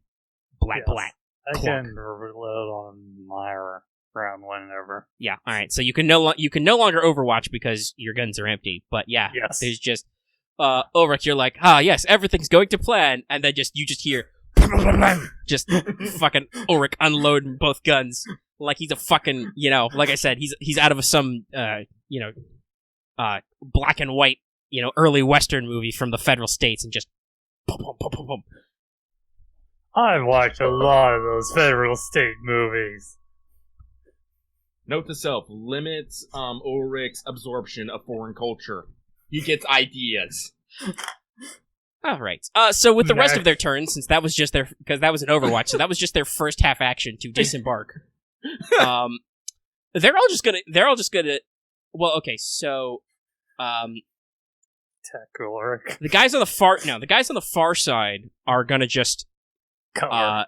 They're gonna take full cover. They're gonna hunker down on the truck. They're just gonna take actually no, they're out of line of sight.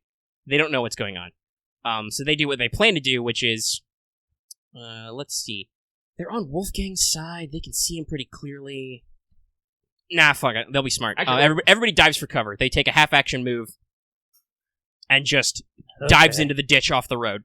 And are now in light cover. Ulrich, I got a duster. I'm just going to give that to you later.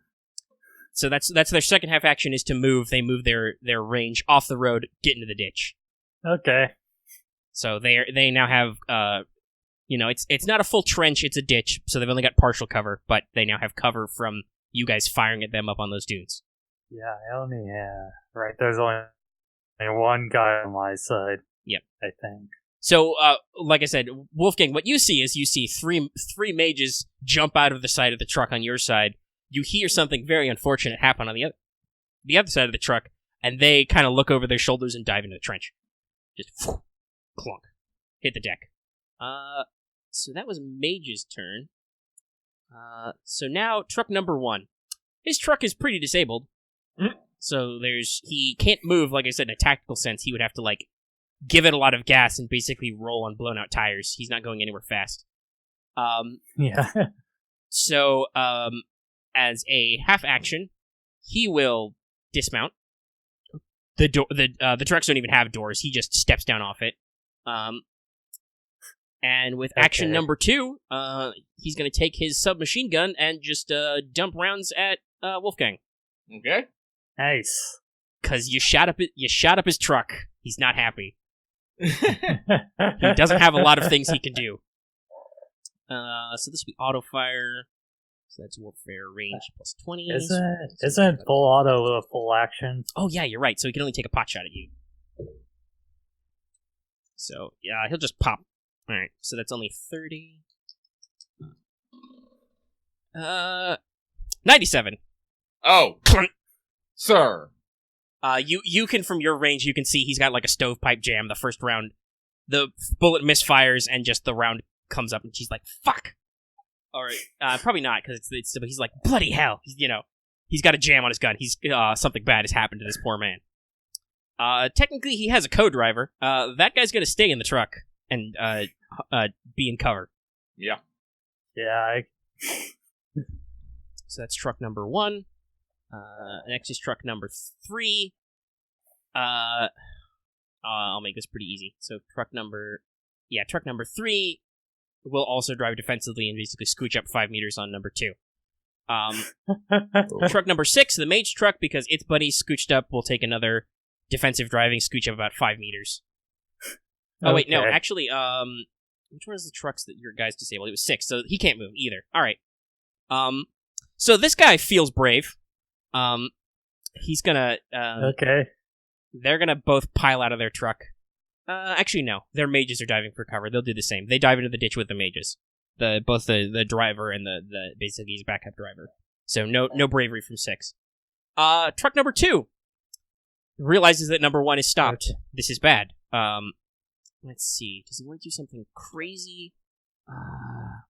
Yeah, he'll do a couple of half action maneuvers. He will take and basically scooch around the lead truck off the road into the ditch. He's going to roll a piloting check.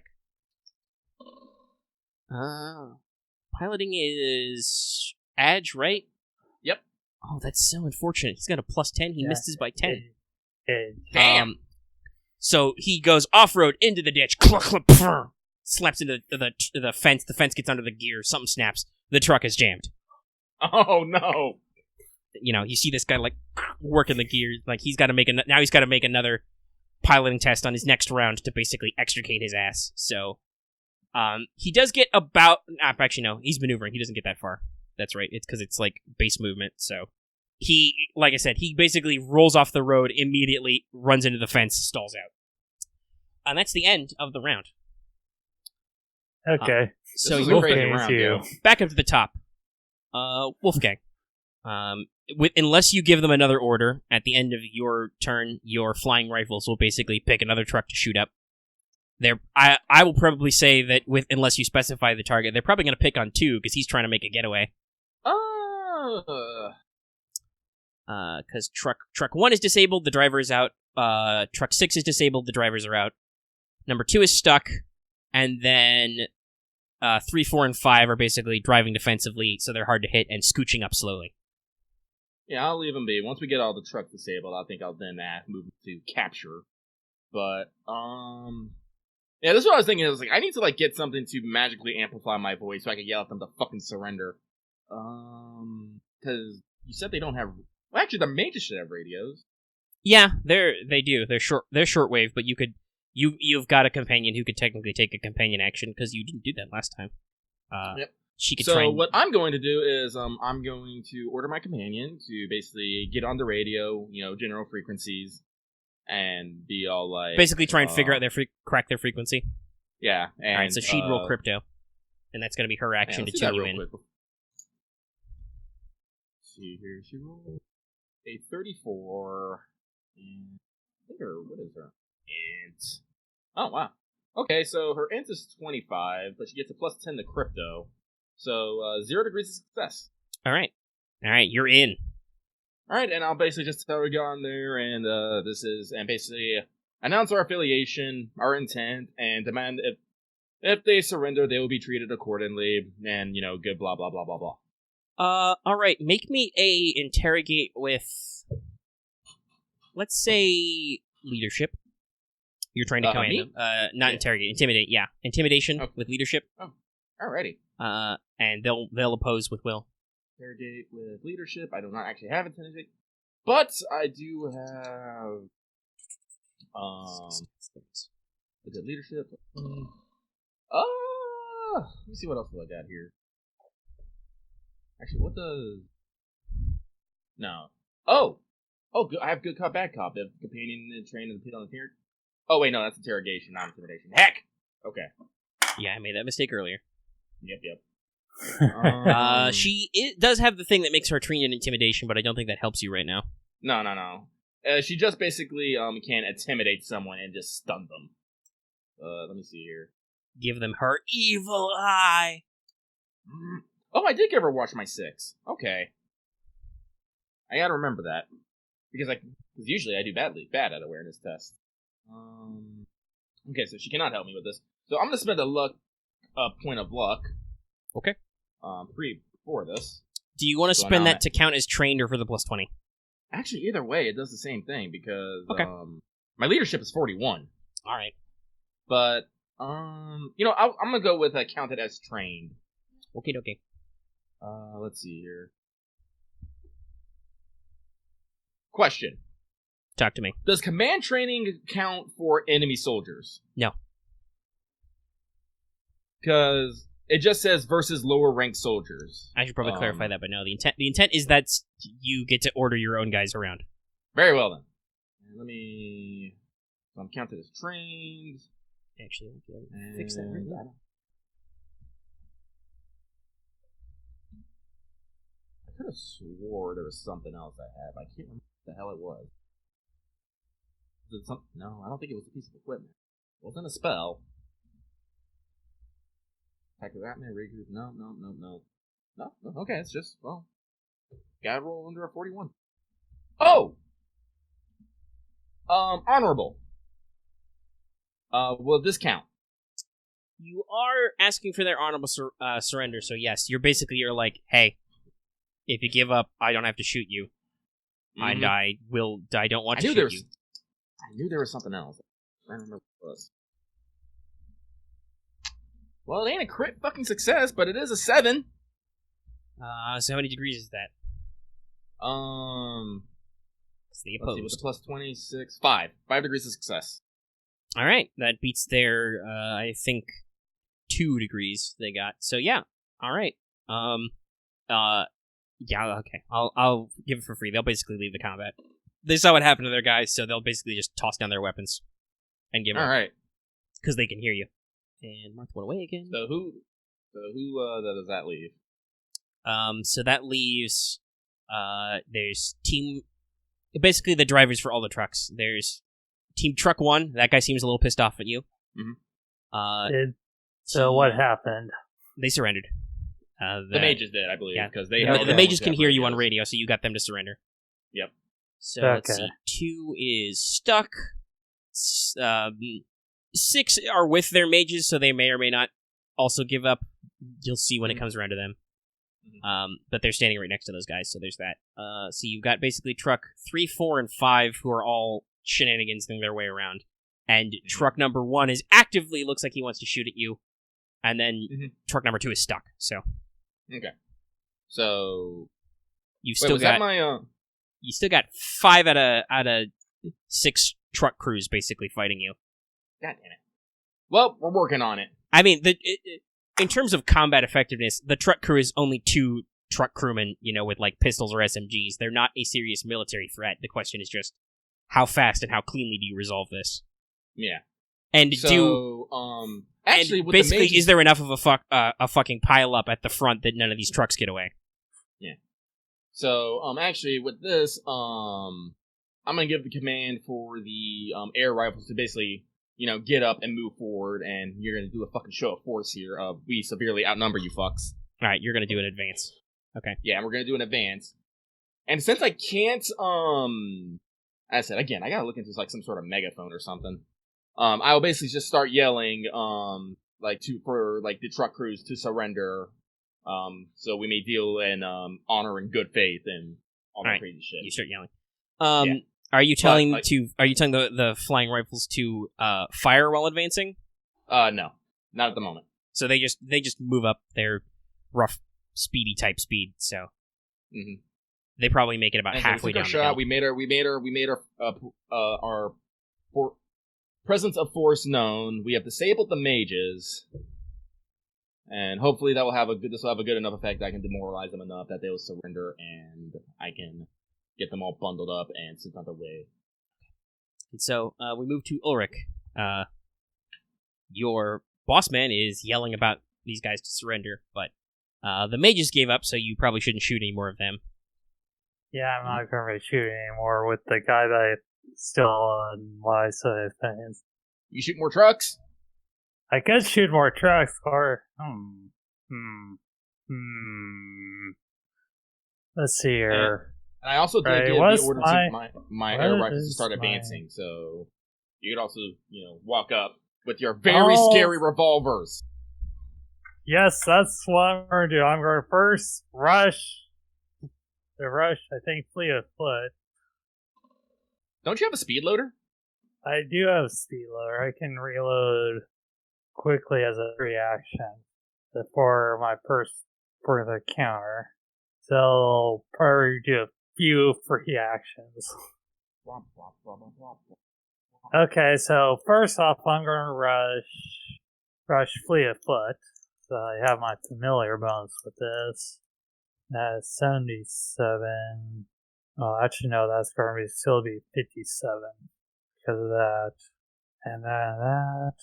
Do I want to burn any charges? No. We still gotta fly back, and that took 3 charges. Yeah. Unless I use Mad Battery. You do have that. Okay. Alright, Crap, I just exited my browser. Now I have to open it back up and get to my sheet. But I think next thing I'm going to do is, for free action, I think, let me just double check that I do have speed loaders. But come on, do the thing, computer. So for the people at home, Fleet of Foot is the spell that doubles your base movement for rounds equal to DUS. So for 2 rounds, his base movement is doubled.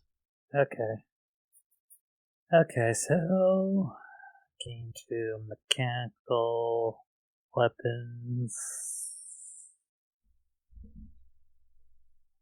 Yes, I do have speed loader, so first time encounter I can reload, so I'm going to reload both my revolvers. Cool, reloading sequence. Yes. And then after that, let's see here, I have still have 2 half-axes or full and yeah. Right. So you're about 30 meters away from the road, so I'm 30 meters away from the road, which means I'm pretty much 30 meters away from the truck 6. Yep. And 2, pretty much 2 through 5 are moving. Well, actually 2 is 2 got stuck, but yeah, 3, 4, and 5 are scooching, are evasively driving. They're swerving wildly from side to side of the road. So, okay, well, I'm going to move, let's see here. Well, I can move 12 meters, or I can... Well, remember, I said it was, this is unstable terrain too, so it's difficult terrain and you have to make athletics, or you'll fall. Or you could fly. Wait, right, what is your, wait, don't you have, like, your boots enchanted with something? I think I do have my, but I don't think well, hang on, if they're on my person and if I'm on the ground, I do have strength. Does that do anything for, like... Yeah, I do have strength of, okay, so you gain plus 20 test resist, knockback, grappling, falling prone, being center, immobilized. You also know the effects of being overcome and gain bonus wins equal to your W. Oh, okay, so as long as you're touching the ground, but it doesn't count for difficult terrain. okay, just double checking.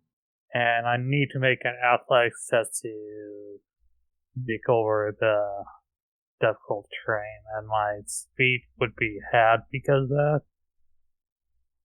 Yeah. So the difficult terrain is always... So my speed would be 6 meters. But because the failure state is falling prone, you do have a plus 20 to the athletics. Yeah, you could just fly, but then you're not touching the earth. Okay. But you can fly your distance. So I think... Hey, we could do another rule. I could fly. You can fly up to 12 meters. You wanna go farther? There's a rule for that now. What do we call that? Is that pushing? Fly. I think that's pushing it. Which one is it? You're breaking up a little bit for me too. Hold on, let's see. Discord, you doing okay? You doing okay, Discord? You're right. I need to double check my connection because everything is roboting. Okay, Lucky, can you hear me okay? Yeah, you guys sound alright to me. Alright. Maybe Marth will disconnect me, but I can look at push. Why is... Oh.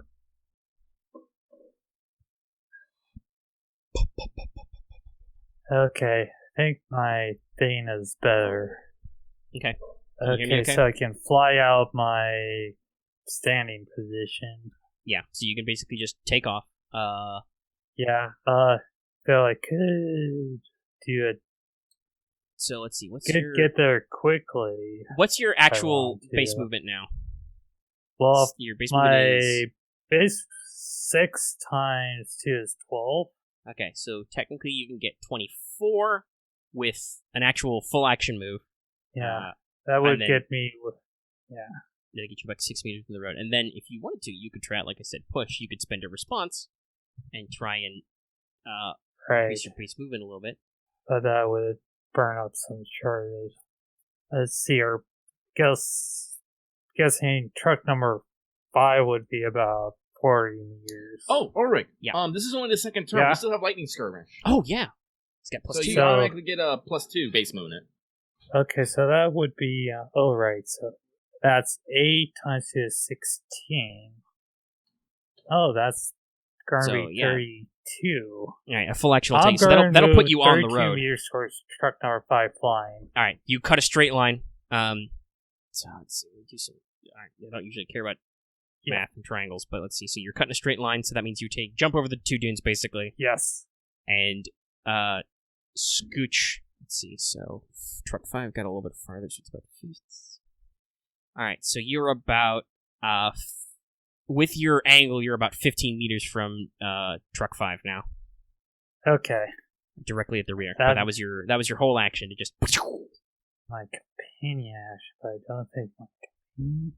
Yeah, you can just tell him to follow. That means he can move with you regardless of his base movement. He's just going to follow. Yeah. Because I have something I will probably do later. Right. And so that's Ulrich's. We move to truck 4. Let's see. Truck 4's kind of in the back. Does he want to do a clusterfuck? Not. No, you know what? He kind of sees the situation, but, loud trucks, all that stuff. He's just going to do another dive defensively. He'll scooch 5 meters forward, basically maintain spacing and maintain defensive maneuvering. Fun. So that's 5. We move to the mages have surrendered. They ditch their stuff. It's a terrible shame they didn't get to use magnetism plus the fact that they had hunter's axes and throw axes at you like 30 meters away. Unfortunately, I felt like that would have been surprising, but then 2 of them got plastered by revolver bullets. So, yeah, yes. Our metal bits are harder and faster than your metal bits.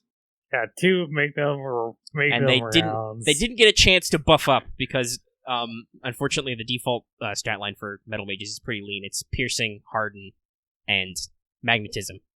So if they'd had a chance to buff up, that could have been scary with piercing rounds and like hardened armor. Would have been a whole thing, but no. Reaction shots. Those are a thing. So skip them. So 5. So truck number 1. Only a thing. I mean, he's still blocked up in the road, and there's an angry yelling German man who's not doing anything. So I am yelling in English. Yeah.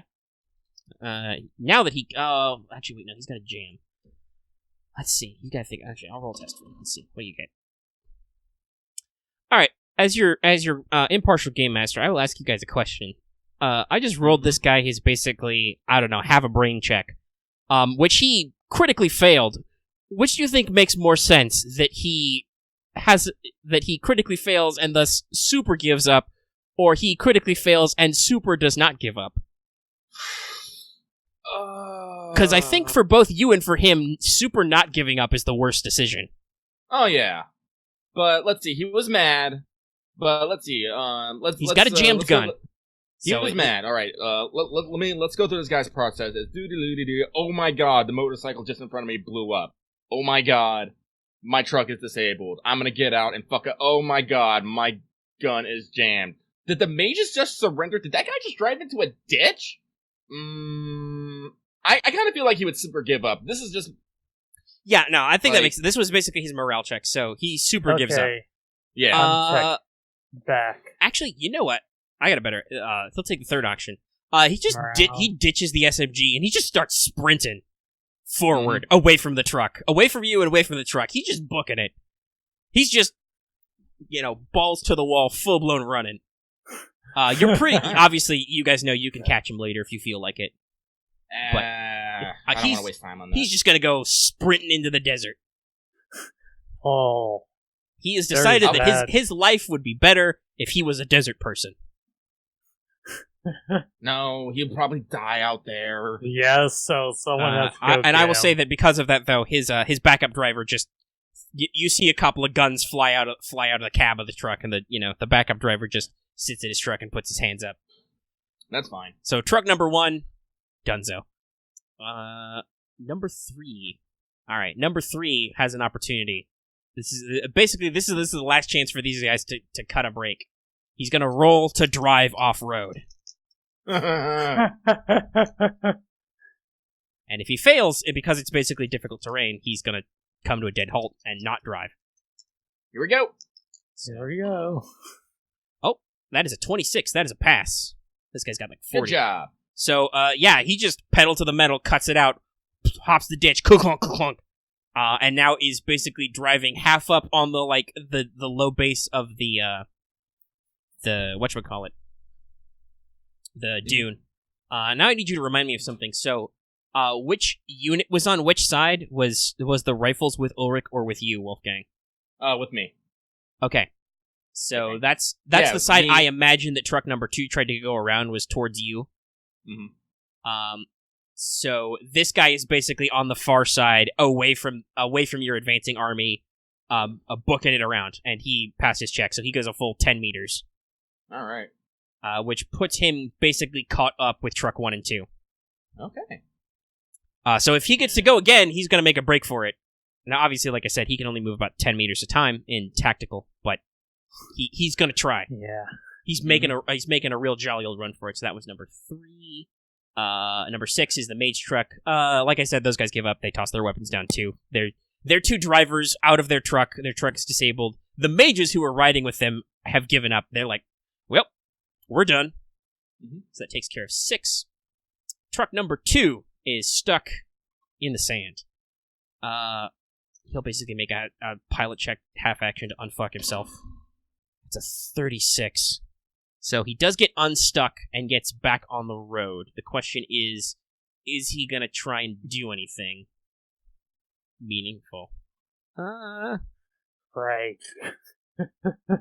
Yeah, fuck it. He's gotten free. He'll maneuver back onto the road and basically shift the gears. You hear something in the suspension. What little suspension there is breaking. Some shit tumbles out of the back of the truck, but he manages to get back on the road in front of truck number 1. Okay. So 2 and 3 are clear and gonna make a break for it. Okay.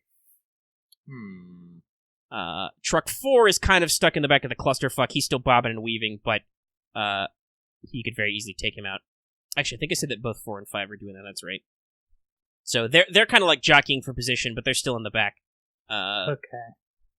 Though at this point, your guys are maneuvering like you could physically have a platoon grab a truck if you wanted. Yeah. Like they can get on the road, and these guys aren't going fast enough to basically run you over. So yeah, you have 24 mages who can fly. They can physically block these trucks up if you tell them to, and it's your initiative. Yep. Well, basically what I'm gonna do is I'm gonna use one of my officer talents. I'm gonna use one of my special abilities.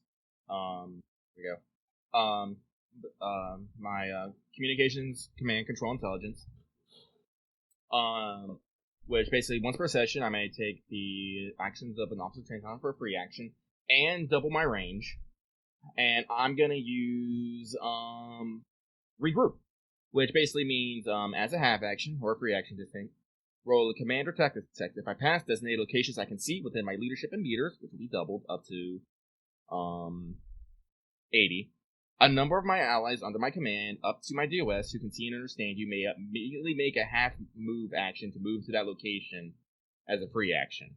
So you're basically gonna pull Ulrich towards you. Yep.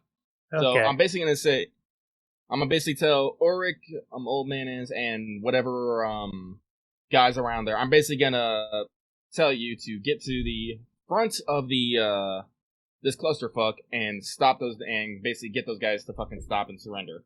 All right. Okay.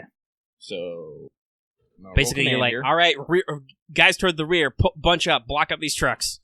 Yeah. Okay. So free. Hang on. I gotta actually. I'm pretty sure I'm gonna succeed this, but I want to see how many people I can grab for this. Right. Okay. I'm not gonna spend luck because I get a fuck ton of bonuses anyway. So plus 50. Right. Okay. Wow, that was actually not as good as I was thinking. I thought. Whatever. I guess it sounds a little. Wait, actually, do I have a thing that was with command? Hang on. Authority, first president, good top senior officer. Nope. Okay. So I rolled a, let's see here. Get a plus 50 to my 91 calculator. Calculating. 69. Wait, no. 91 minus 60. 91 minus 69. Is 2 DOS. Yeah, 2 DOS. No, that's, wait, 91, 69. Yes, you're right. 2, so I guess it's just you and old man Raph. Well, they are the rearmost unit, so. Yeah. Yeah. All right, So you get to make a free half-action move? Yep. Yeah. And just whoop to the front. So your half-action Another move speed is that cool down to 12? Because we're in the third round, so like the skirmish ends? Because I think the lightning skirmish ended on round 2. So you get to fucking regroup 12 meters as a free action on his turn. Ulrich, catch the fuck up! Scooch. Yeah, on my turn I get to use that. So, no, it's free right now. You scooch. You immediately scooch 12 meters. Yeah. Wait, so this is the... Yeah, this is on Wolfgang's turn. He belts out an order, which basically is, like I said, like, Ulrich, catch the fuck up, and you get to... Okay, I better catch the fuck up. You get to scoot a half-action move as a free action on his turn. Yeah. It is immediate. Fun. So that means, first of all, you have flat out caught up to Truck 5, and are well within striking distance of Truck 4. So if you could, on your action, just take a half action to jump onto Truck number 5 and have a jolly old word with the guys driving it. Yeah. But we'll see, because that was a free action for the old captain there, so you've got a full action left. Yep. I will give the commands for my arrow rifles to move forward and captured. And someone go get that damn fool running off into the dinosaur before he falls into an antlion trap. Okay. Let's roll some dice. Let's see, they're skilled, so yeah, alright. Basically, you give them the order, like, you jolly good, they basically just jump on the truck and dogpile it. There's probably going to be some incidental bruising, maybe a light fracture or two, but they can basically jump on the truck and wrestle the two guys out of it. Yeah. I assume you want the forwardmost truck in the middle, which is 4. Yeah. So that takes care of let's 4. see, since we have a truck trying to make I think it's trucks 2 and 3. All right, so let me paint the picture. So at the head, on the middle of the road, is truck number 1, dead stopped. Mm-hmm. There's a guy who surrendered. Truck number 2 was beside it. He managed to unfuck himself and is basically pulled out just in front of them, like a spitting distance in front. Number 3 is still about parallel with truck number 1. It is off-road on the opposite side from you, and he is just full-blown booking it, pedal to the metal, going as fast as he possibly can in the shitty terrain. Okay. So, as I said, my guys are moving up, so I'll leave the actual surrender guys to them. So I'm going to turn my gun sights to... You said truck 3 is making the off-road attempt, right? Yeah. Well, I can't remember numbers. Whichever one is making the off-road attempt. Yeah, that's 3. I'm gonna... Yeah, 3. I'm gonna make my, put my automatic rifle in those sights, and I'm gonna do an called shot, tires, full auto, and I'm trying to disable That's really gonna fuck his day up, so go for it. It is. Yeah. Alright, so, also, by the way, when you say to capture the running guy, one of the recovery guys who've been camped out behind the thing, basically, somebody gets like a slap on the back and like shoots straight up. Yeah. They're gonna go grab that guy. And I said, like... Okay, I noted down the positions here. I'm open up a notepad, too, so I can actually write down fucking bonuses here. I just wrote this down on my spreadsheet. Alright, so it's plus 20 because it's a large truck. Correct. It's plus 20 for auto. I have a plus 10 for height advantage. Mm-hmm. I think that's all my bonuses. Yeah. Then I have a minus 20 for called. Yep. Oh, and I also have a plus 10 because I still think it's within my close. Oh, obviously, yeah. He's roughly parallel with truck number 1, so he's still like... Minus 20 for called. I'd say he's like 40 meters away, probably, if he's off the side of the road. No, not even. Probably more like, 35 tops. Again, like, is this a moving target still? No, because he's not driving defensively. Okay. So, I think... Yeah, large auto... height close. I can't aim because, as I said, we're in tactical movement, we're in tactical rounds, and I have to lotto. which takes up my whole turn. And yeah, I think that's it. So I am looking at a plus 40 here. Okay. And technically, you could say you're firing from the hip if you want, so you can look more like Rambo. Tuck. I'm pretty sure I am a terrifying sight as is, as the morning light reflects off my shiny ass armor, carrying a shield. Well, I don't have my shield out right now, but there is a sword and shield strapped to me, and I am carrying a fuck off rifle. Oh, my roll, that's a 39. I think that actually only. Oh no, wait, I get a +1 because of my muzzle brake. Yep. 40. That's some calculator. 71 minus 39. That's 32. 3 degrees of success +1, so 4 degrees of success. All 4 of them hit. Yeah, you just blow out the side of his tires, which are closer to you, which are unfortunately the ones that are lower on the hill. So basically, he comes to a sliding stop and just kind of sideways into the ditch. No dramatic rollover or anything, but just boy howdy, it puts a real really rains on his parade. He thought he was being clever. No, Right. They say the greasy wheel gets the oil, but also the hammer that sticks out gets knocked down. All right. So that was you. So now it's Ulrich. You are basically, like I said, you're basically touching this truck. I'm pretty much touching it. Okay. In case you guys didn't know, because I don't know if you've ever had to look at the vehicle rules, mounting or dismounting a vehicle, or boarding it in any capacity, is just a half action.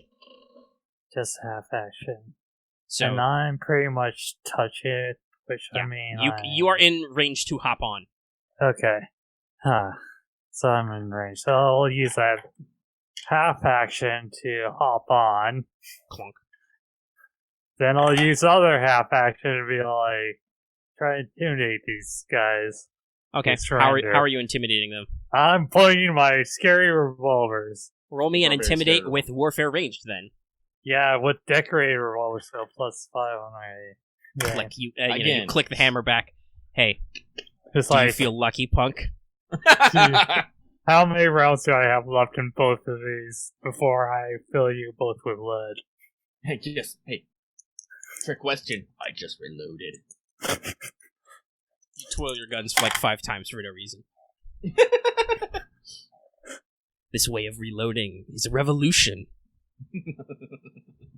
Such tension. Oh, are you going to be the Rover Ocelot to my big boss? Yes. Probably. Go. Let the legend come back to life. And then I know I still have my companion's bird just does the same. Yeah, if you want him to get on the truck with you, yes, you're gonna have to move his 1, so he doesn't fall behind. I'm just also looking at his fierce presence. Okay, roll. They don't actually wait because I'm on the same side. I don't think my companion can be seen by them right now since I'm blocking their side, right? Yeah. Okay, I'll just have them join. Alrighty. Roll to intimidate. Just be over my shoulder. Okay, I did roll for intimidating down the chat. Oh, yeah, 2 degrees though. Alright. Yeah, just... Alright, you're right there. Hands off the wheel, brakes on. So that's truck number 5 handled. Cool. Alright, well, basically every truck until 2, who goes last, is handled. So, let's see. How long have we been going? We're over 2 hours, so we should probably wrap this up. But basically, how do you want to resolve this? This guy, he's free and clear. He's on the front of the pack. He's gonna just slam the pedal down and not stop. Mm-hmm. So, how would you... Because he's free and clear. He has no reason to stop, basically. Is this basically just gonna be... Wolfgang is gonna keep jumping rounds until he stops? Yeah. Alright. Tires, meet bullets. Yeah, so go ahead and roll that last test for me. I'm just gonna take my +4 because I'm pretty sure he hasn't got free and clear on me yet, so... let's see here, that's... He would have to get 100 meters away from you before you lose your closeness bonus, so yeah. Call shots, I rolled a 50, 71, 4... That is not how I math. Stop, Lucky. Stop. 17. So that's 1 degree of success, 2 degrees of success with muzzle brake, because auto fire, so... Yeah, basically, alright, so you basically just... I want to imagine you just walk down the dune towards this guy, the trigger is held down, and just strafe his back tires. He's gonna roll. Right. You're right, he rolls a 10, so nothing dramatic happens. You just slam the back tires, sparks start flying, the vehicle basically scrunches to a halt. He realizes he can no longer outrun you and just grinds down. Yep. So you managed to take an entire convoy of trucks, and you only had to kill like 3 dudes. Sweet. I do want to try and save that dude, the back dude who got hurt, because he didn't die outright. The recovery team can either roll for that, or your corpsman can roll for it. Yeah. The 2 mages are definitely dead. Alright, roll for the corpsman. If, the corpsman goes to look at those guys, he probably looks over his shoulder at Ulrich and is like, oh yeah, no, they're very dead. One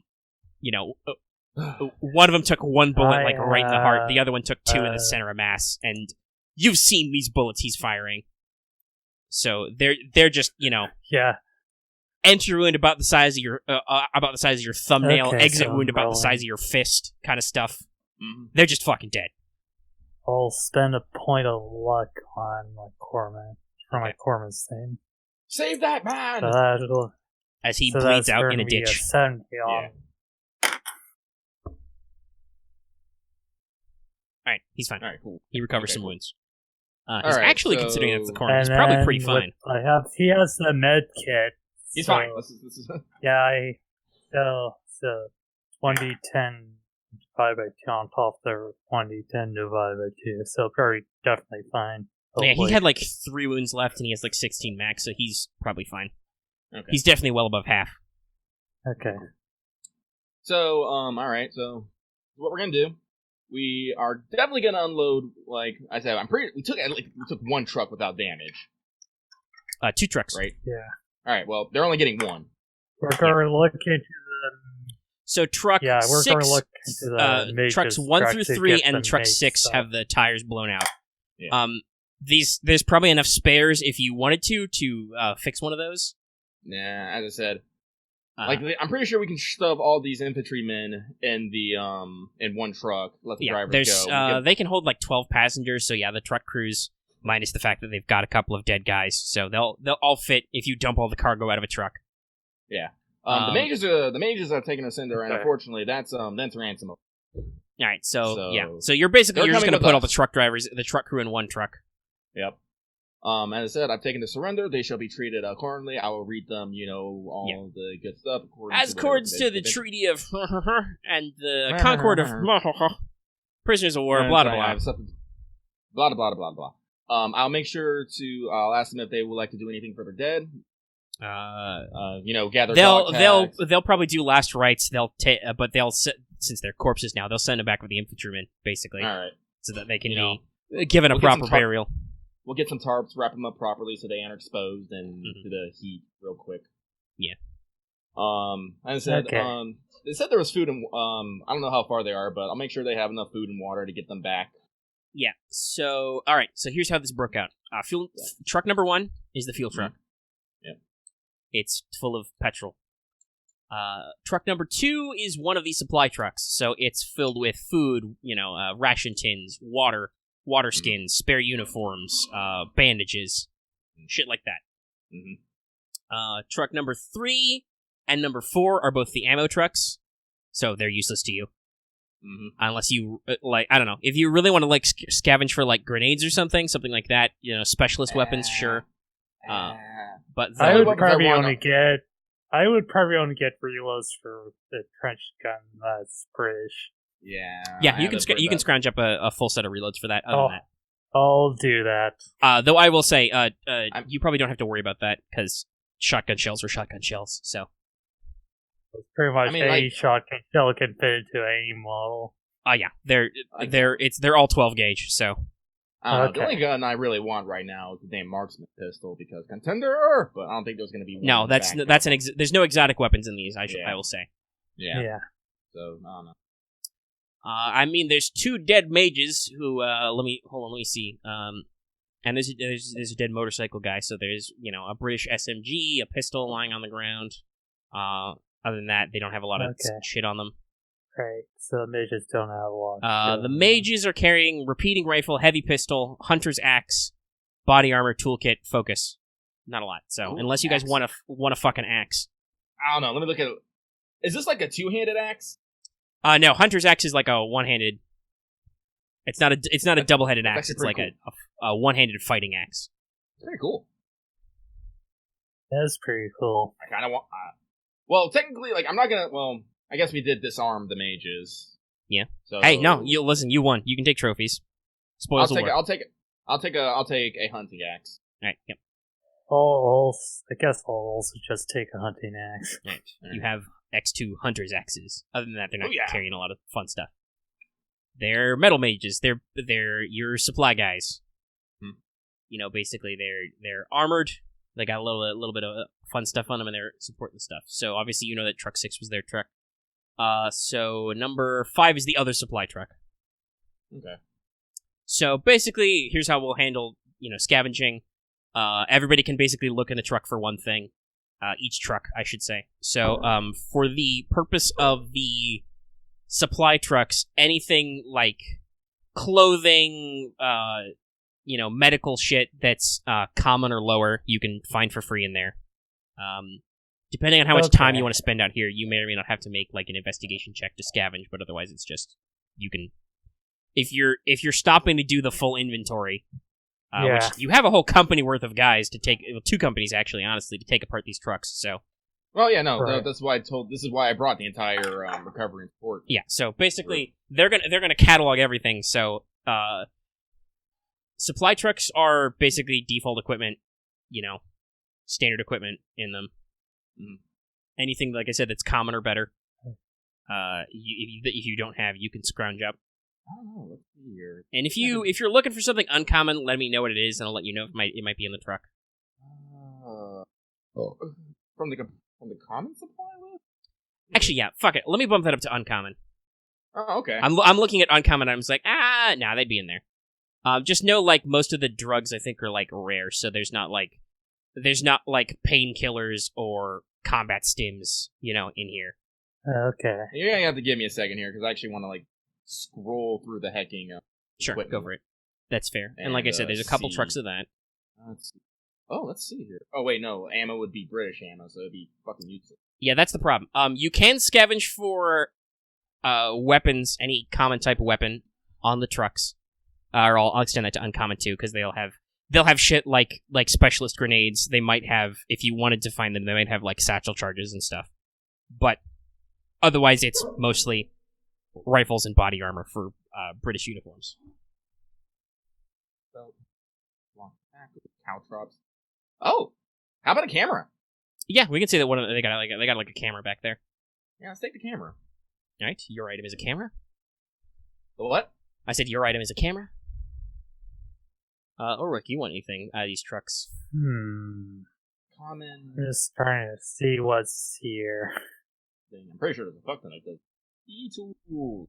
Engine. Field kitchen. Fishing net. Tackle. Flare. A grapple. Manacle. Man trap. Kill grapple. Or do you have a map kit? I have a map kit. Okay, just checking. Trying to see which one. I'm scrolling through the gear stuff.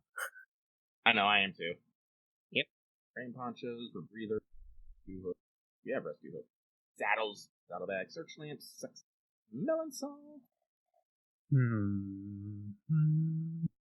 Alright, yeah, so I've gone through the common stuff, and yeah, I think if I find a camera, I'll be like, oh, this is a good find. Yeah, there's one in there. Yeah.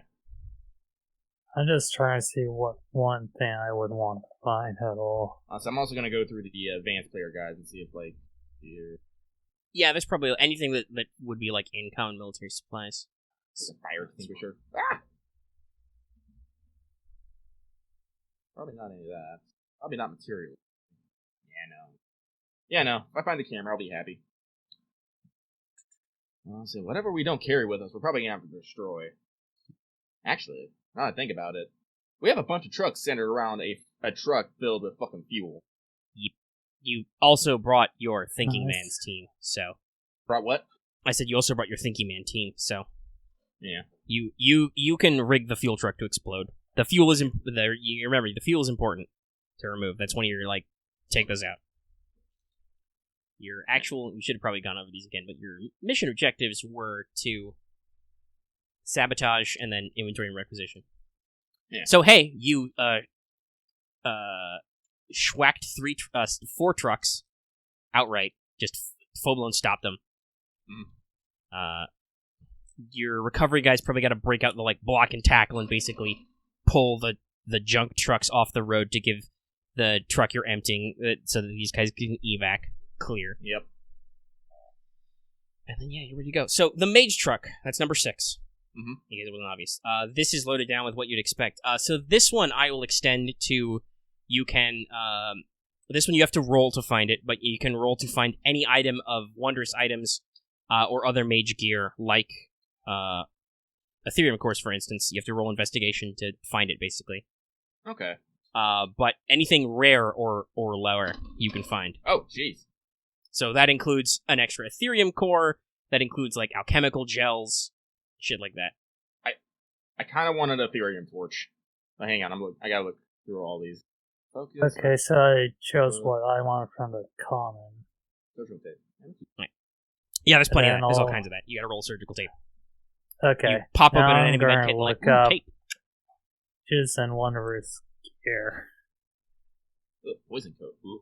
Quick cement. Rune. I made my own rune stones. Yo. Bottle. Guide. Spirit totem. That could be fun, but then I'll make my own. Oh god, Thornman. Yeah. Okay, rare or lower? Yeah, Time but to you gotta go roll for it. to- Basically, you're rolling to Yeah, see if you I'm can going find it definitely. in the truck and be like, dibs. I mean, I already got an extra core, but I'm planning on putting that in my pop for my pop. Let's see. Let me check what Ethereum for. For convenient welding and cutting and offset. Special tool. Okay. Need either a core or be plugged into the units. Ethereum Torch. To build on plus 20 on crafting mechanics to build or repair when relevant.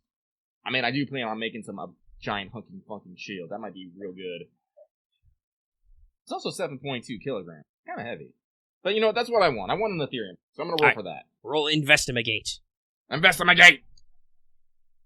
I'm going to spend a point of luck! Actually, you know what? If you're going to spend a point of luck, you can just find the damn thing. Oh, okay. Lucky event. Okay. Oh, hey, I'm Ethereum right now torch. just looking through everything. I was thinking about a stone, but I'm all like, no, I'm building a fire and metal aspectic forge. It's like, yeah, let's get a torch. Yeah, the Ethereum torch. I don't... Now, if I need to sink boats, I can torch them to death. I'll have torch in one hand and sword in the other. They will never see me fucking coming. Well, if you're using the torch, they're going to see you coming for a long way off. Those are pretty shiny. You might want to consider investing in a welding mask, sir. Ooh, that's actually probably a good point. Can I wear a welding mask with all my other shit? I think it counts as an upgrade. Like, it increases your head by 2. Yeah, I might do that. So I think that all still right, counts. this is my yeah. plan. I'm going to mount my welding torch to my armor. Seems I'll fair. It do does have to that. be plugged into a core, so. And you could make the modification to basically make it so you instead of your helmet visor, you have a welding mask. Yeah, why the heck not? I will be known as the Forge Knight. You're basically now the Mark 1 Iron Man armor. I pretty much am. Well, You it seems made like, it well, in a cave with a box of scraps. Well, actually, once I get powered armor, I will have to install a Ethereum. Yeah, that's what I was saying. You could. Yeah. The torch has to be plugged into the Ethereum core, so there's a core in it. So. Yeah, I'll do that. Da, da, da, da, da. I'm gonna test this fucking camera though, so I'm gonna take a picture of all this happening. All right. Maybe the war correspondent will like it. I don't know. You gather everybody up. Mm-hmm. Is there actually a role associated with camera? I don't I think think so. if there's I think it's academics to develop. Maybe it'd be a. Yeah, developed in a dark room. It's an academics. I'll make that a craft instead of mechanics because that doesn't make as much sense. I feel photography is one of those artistic things. Yeah.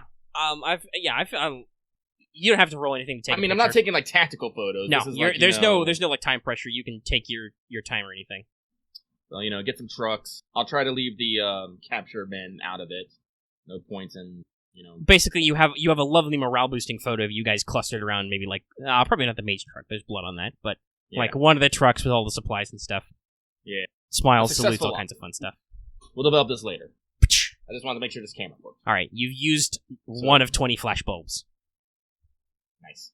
All right, so basically the rest of the stuff, we're gonna basically take as much as we can from the. We're gonna take everything from the mage truck, everything. Right. That's boxes of Ethereum cores, boxes of herbs and spices, secret herbs and spices. I don't know if I said one of the cans is marked Colonel's secret recipe. You don't know what's up with that. I'm gonna not touch that. Just lots of random ritual tools. All the kinds of shit like. Oh, hey, here's, a military ammo drum, but it's filled with, 500 obsidian marbles for some reason. Wow. Or just, here's an alembic and a whole bunch of glass tubes and pipettes and shit. Let's be very careful with this. Yeah, we're mages. We love this shit. So, basically, we'll load up everything from the mage's truck. We'll grab as much as we can from the common supply trucks. Emphasis on food, water, and medical supplies. It's all pretty portable because it's in tins. So basically, everybody gets their ruck, which you told everybody to pack light. Mm-hmm. So everybody's probably got a spare. They got a little loot bag. Everybody's got a spare bag, a spare ruck, and just tins. Water skins go in there, canteens, everything. Mm-hmm. Rolls of gauze. Self-contained battlefield bandage tins. Stitch kit. All right. Well, so we can't do anything with the ammo. Actually, I feel like a display of pyro would be, So, let's see, which one were the 2 ammo? So that was 3, that's disabled, and 4, which was not. 3 is one of the ones in the ditch, so it's right next to number 1, which is the fuel truck. Mm-hmm. And I said we load everyone, so I'm going to get one of my recover guys to drive up the other disabled truck and kind of park it near one as well. Alright.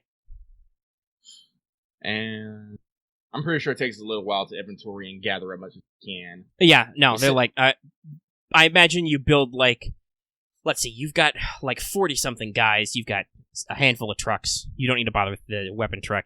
You look in the 2 ammo trucks, and, you look in the 2 ammo trucks, and it's basically like, oh, that's ammo. Yeah. And you look at the fuel truck is obviously known, so it's like, yeah, okay.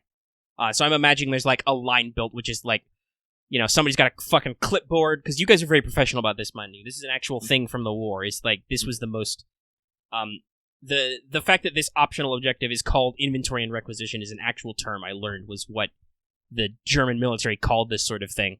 So you're like, okay, so, what's this? Basically, you got somebody with a clipboard. You're gonna give those guys you're letting go basically a fucking bill. Which is okay, here's what we took. And if you have any complaints about it, contact the Foreign Office. Have a good day. So you got people with clipboards. They got a human line and just stack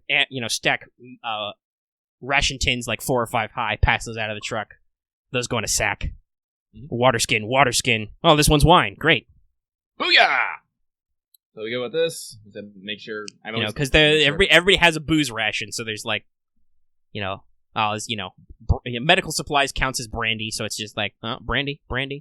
All right, roll investigation. Or, like I said, if you have a point of luck left, you can just spend it to find it. Marth, are you talking right now? Your green is lit up, but I can't hear you. Who, me? No, Martha said his green is lit up, but I don't hear him talking. Yeah, he is talking. He said he is going to spend the point I can hear of luck. you now. Yeah, okay. point of luck. Okay. You acquire X1 mana compass. The Nito Burrito. Okay. Yeah. So yeah, that's the kind of shit that's in there. You a couple stacks of quick cement, witch glue, and just all right, those go in the bag. So everybody does the thing, Wolfgang. They're ready for your display of power. All right. So I make sure everyone gets clear over the ridge. I send the Well, actually, no. I want the fucking regular infantrymen to fucking see this. I mean, you can time that out. They're not going anywhere fast. Yeah. So get back far enough. I'm gonna switch over my fucking auto rifle to the explosive rounds. All right. You fired like 3 or 4 full auto bursts, so that mag's mostly done anyway. Yeah, probably. I mean, it has 30 rounds in it, but whatever. All right, they're extended. But still. Yeah, so you only probably ate through like half of it, but still. I got it. Like, I'm gonna pull it out and put in the explosive, and I'm just gonna unload my explosive fucking rounds, AP ammo, heap rounds, into these trucks. All right, no roll. They're not moving. It's a big obvious target, and just duck, duck, duck, duck, duck, punk, punk, and just they all blow up. They go up spectacularly. You shoot a fireball, 20, 30 meters straight up. Big plume of smoke. It's a gas fire, so it's very smoky and bright light, but not a lot of concussive force. Like firecracker-like sounds as the ammo cooks off, and just This is why I wanted people to get back. Yeah, thumps into random things. Secondary explosions. The fuel truck just pops and just, and you're left with I assume basically all the trucks that were left after they'd been cleaned out, so you end up with 5 burned up truck hulks, and you have completely fucked this road. Yep. Because you shut out the tires before, now you've melted the tires down. The rims are bent and melted, The foundations are shattered, and just the canvas is all burned up, and just their steel frames left cluttering the desert. Well, for me, as I said, I'm basically gonna use like warp steel and shit to just get me a good old heaping steel slag. All right, and I'm taking that back with me. You probably have a recovery team go in front of you, and they like create water to just shoot water on the fire. Because that's fueled, buddy. That's not going out for a while. Yep. All right, and you just you shear off some spare weight, however much spare room you have. All right. And with that, you make sure that the mages are bundled up for the flights. I don't think they came with mobility units. No, they were in a truck. Yeah. And just, you pack up and take off. Whoosh. And scooch along. Alright, I don't think anybody used up enough cores that the fact that it takes another, 3-ish charges matters. Let's see here. Well, now I have used 3 charges. Yeah. So, yeah. But, no. Alright, yeah, cool. We fly back. I'm pretty sure the inventory took a good while, actually. Yeah, that was probably it's it was cold when you let off. It's hot by the time you come back. You guys want to get out of the desert. You probably actually no, you don't want to fly low. You want to fly high, so you're far away from the heat, radiating off the sands. Yep. Oh boy. So yeah, it's probably first off, you've missed breakfast. Yeah. It's probably time for, brunch 11s by the time you get back. Yeah, fuck it. Let's say it's probably about, 1100 by the time you get back. Yes. It's not quite your normal noon mess time, but you guys haven't eaten since last night, so, like, maybe a couple of guys, down the hill snacked on their survival rations, but nobody's eaten a proper meal. Okay. Just making sure. Yeah, you got a stockade. We actually had a conversation about back and forth, where I was kind of like, nah, you should probably. Yeah, it's for these exact reasons. Yep. Right. So you guys it's throw for them in a stockade. We'll get their information, direct the ransom. Well, I'm pretty sure we're just... Well, yeah, I mean, they're prisoners of war, so what they're... I think the only thing they're required to give you is, name, rank, and serial number. Yeah. But we'll just send a message down to the Commonwealth, South Africa. I was like, hey, we got these guys. How much are you gonna give us? Yeah, basically, you tell the major, in your report to the major, who's up and at him by the time you get back. Looks, I don't know, maybe a little something. The correspondence team is there waiting for you when you come back. Mm-hmm. You get the impression the major may have had to deal with those guys all morning. I do not envy her. You also know that the major is not a morning person. But anyway. This is what she gets for staying up late reading Penny Dreadfuls. She should be a good little girl and get her sleep. I'm pretty sure the major wants to be anything but a good little girl. No. I'm pretty sure any soldier who said that would get lightning suplexed. Probably. She can literally call lightning bolts. But anyway, yeah, so... but hey, you're here. You're back. You in your report, you're like, you hand her the, you had the fucking clipboard. You're like, here, we took this and this other stuff. And these the rest of this, fire. These 4 assholes. We blew up. So we destroyed. We destroyed 5 trucks. We left one truck for prisoners to vacate. 2 trucks were full of ammo. 1 truck was full of fuel. And the rest of the shit we took as much as we can carry. And yeah, that's how it goes. So those guys are in, and basically, it's her job now, since they're turned into the stockade, to basically be like, okay, she's your commanding officer, she takes custody of them, she'll, talk to your office, we'll talk to the foreign office, who will talk to their foreign office, and blah, blah, blah. And depending on how rich and famous these guys are, and how much their family likes them, you may hear back in days, or it may be a couple of weeks before the actual, Capeland government is like, okay, we decided we want our mages back. Will you I'm take... gonna make it a point to try to make these mages at least semi-comfortable. I've heard stories about other prisoner camps, and I ain't brooking that. No. Probably after, like, an initial storage period in the stockade, you can probably move them either to, like, spare soldiers' quarters or something. Like, yeah, I'll keep them under guard, but... They're mages, they play by the rules, You caught them with their pants down. That's how 2 of their guys died. They're not. You probably don't want to visit them with Ulrich. They're not happy to see him. Mm-hmm. Especially since Ulrich, don't you keep tally markers? Yes. Yeah, they're not. They don't want to see that guy. But you are a you're a fellow metal mage and an upstanding a scholar and a gentleman. So were they officers? I mean, they're mages, so yeah, they were probably at minimum warrant officers. So basically, I'll treat them accordingly. Like when they're in their rooms or whatnot, they're under guard. But I'll invite them out to the officers' club.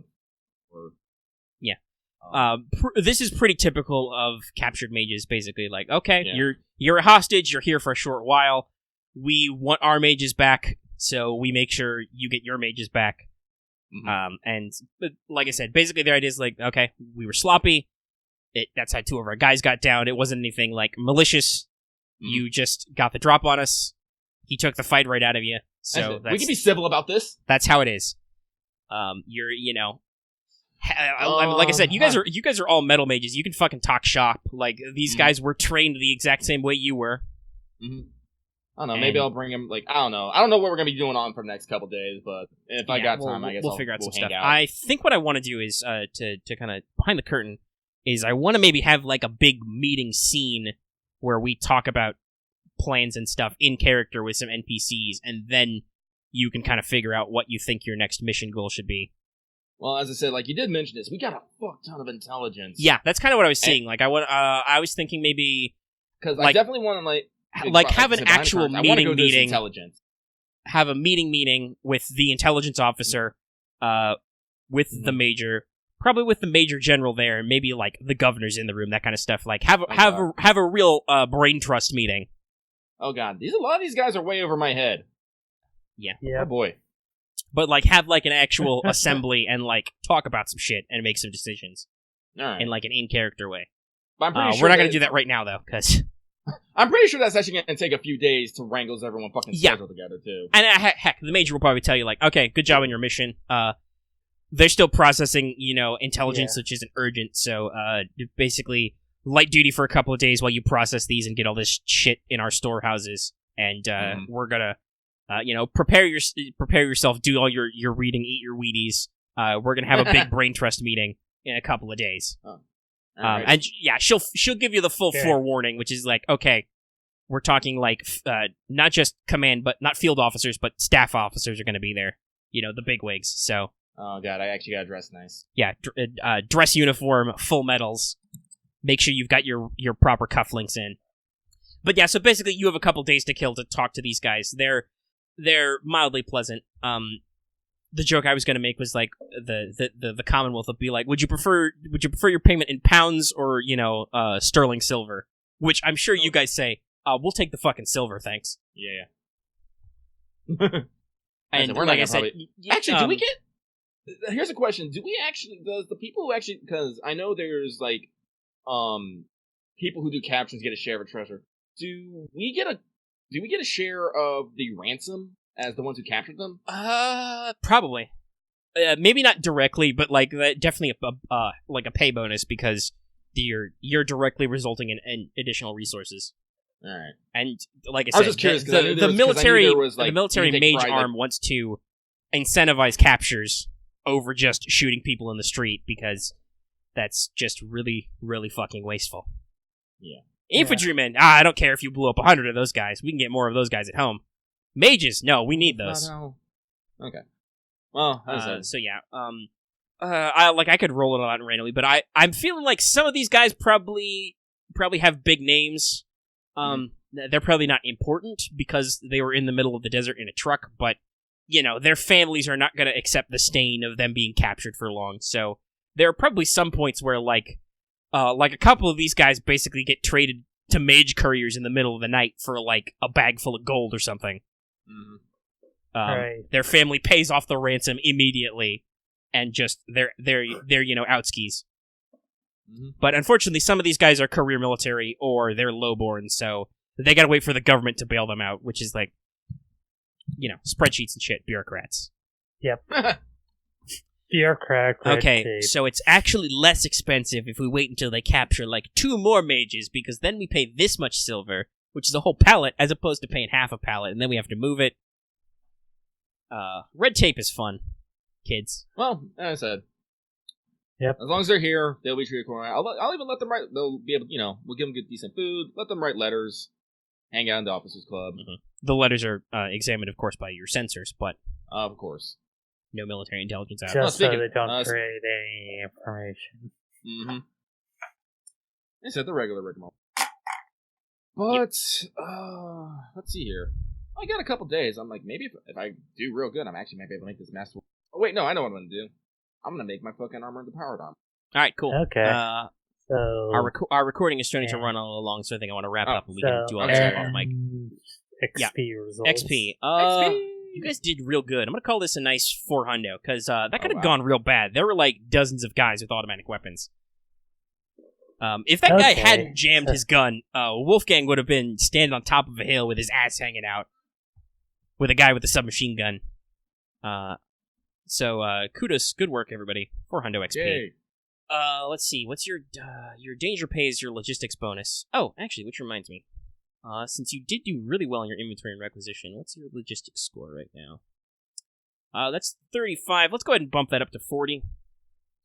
Alrighty. Okay. So everybody gets 4 MC hazard pay. Yay. Yay. All right, and I will go ahead and cut the recording. If you're listening on YouTube, do that whole like, comment, and subscribe and stuff.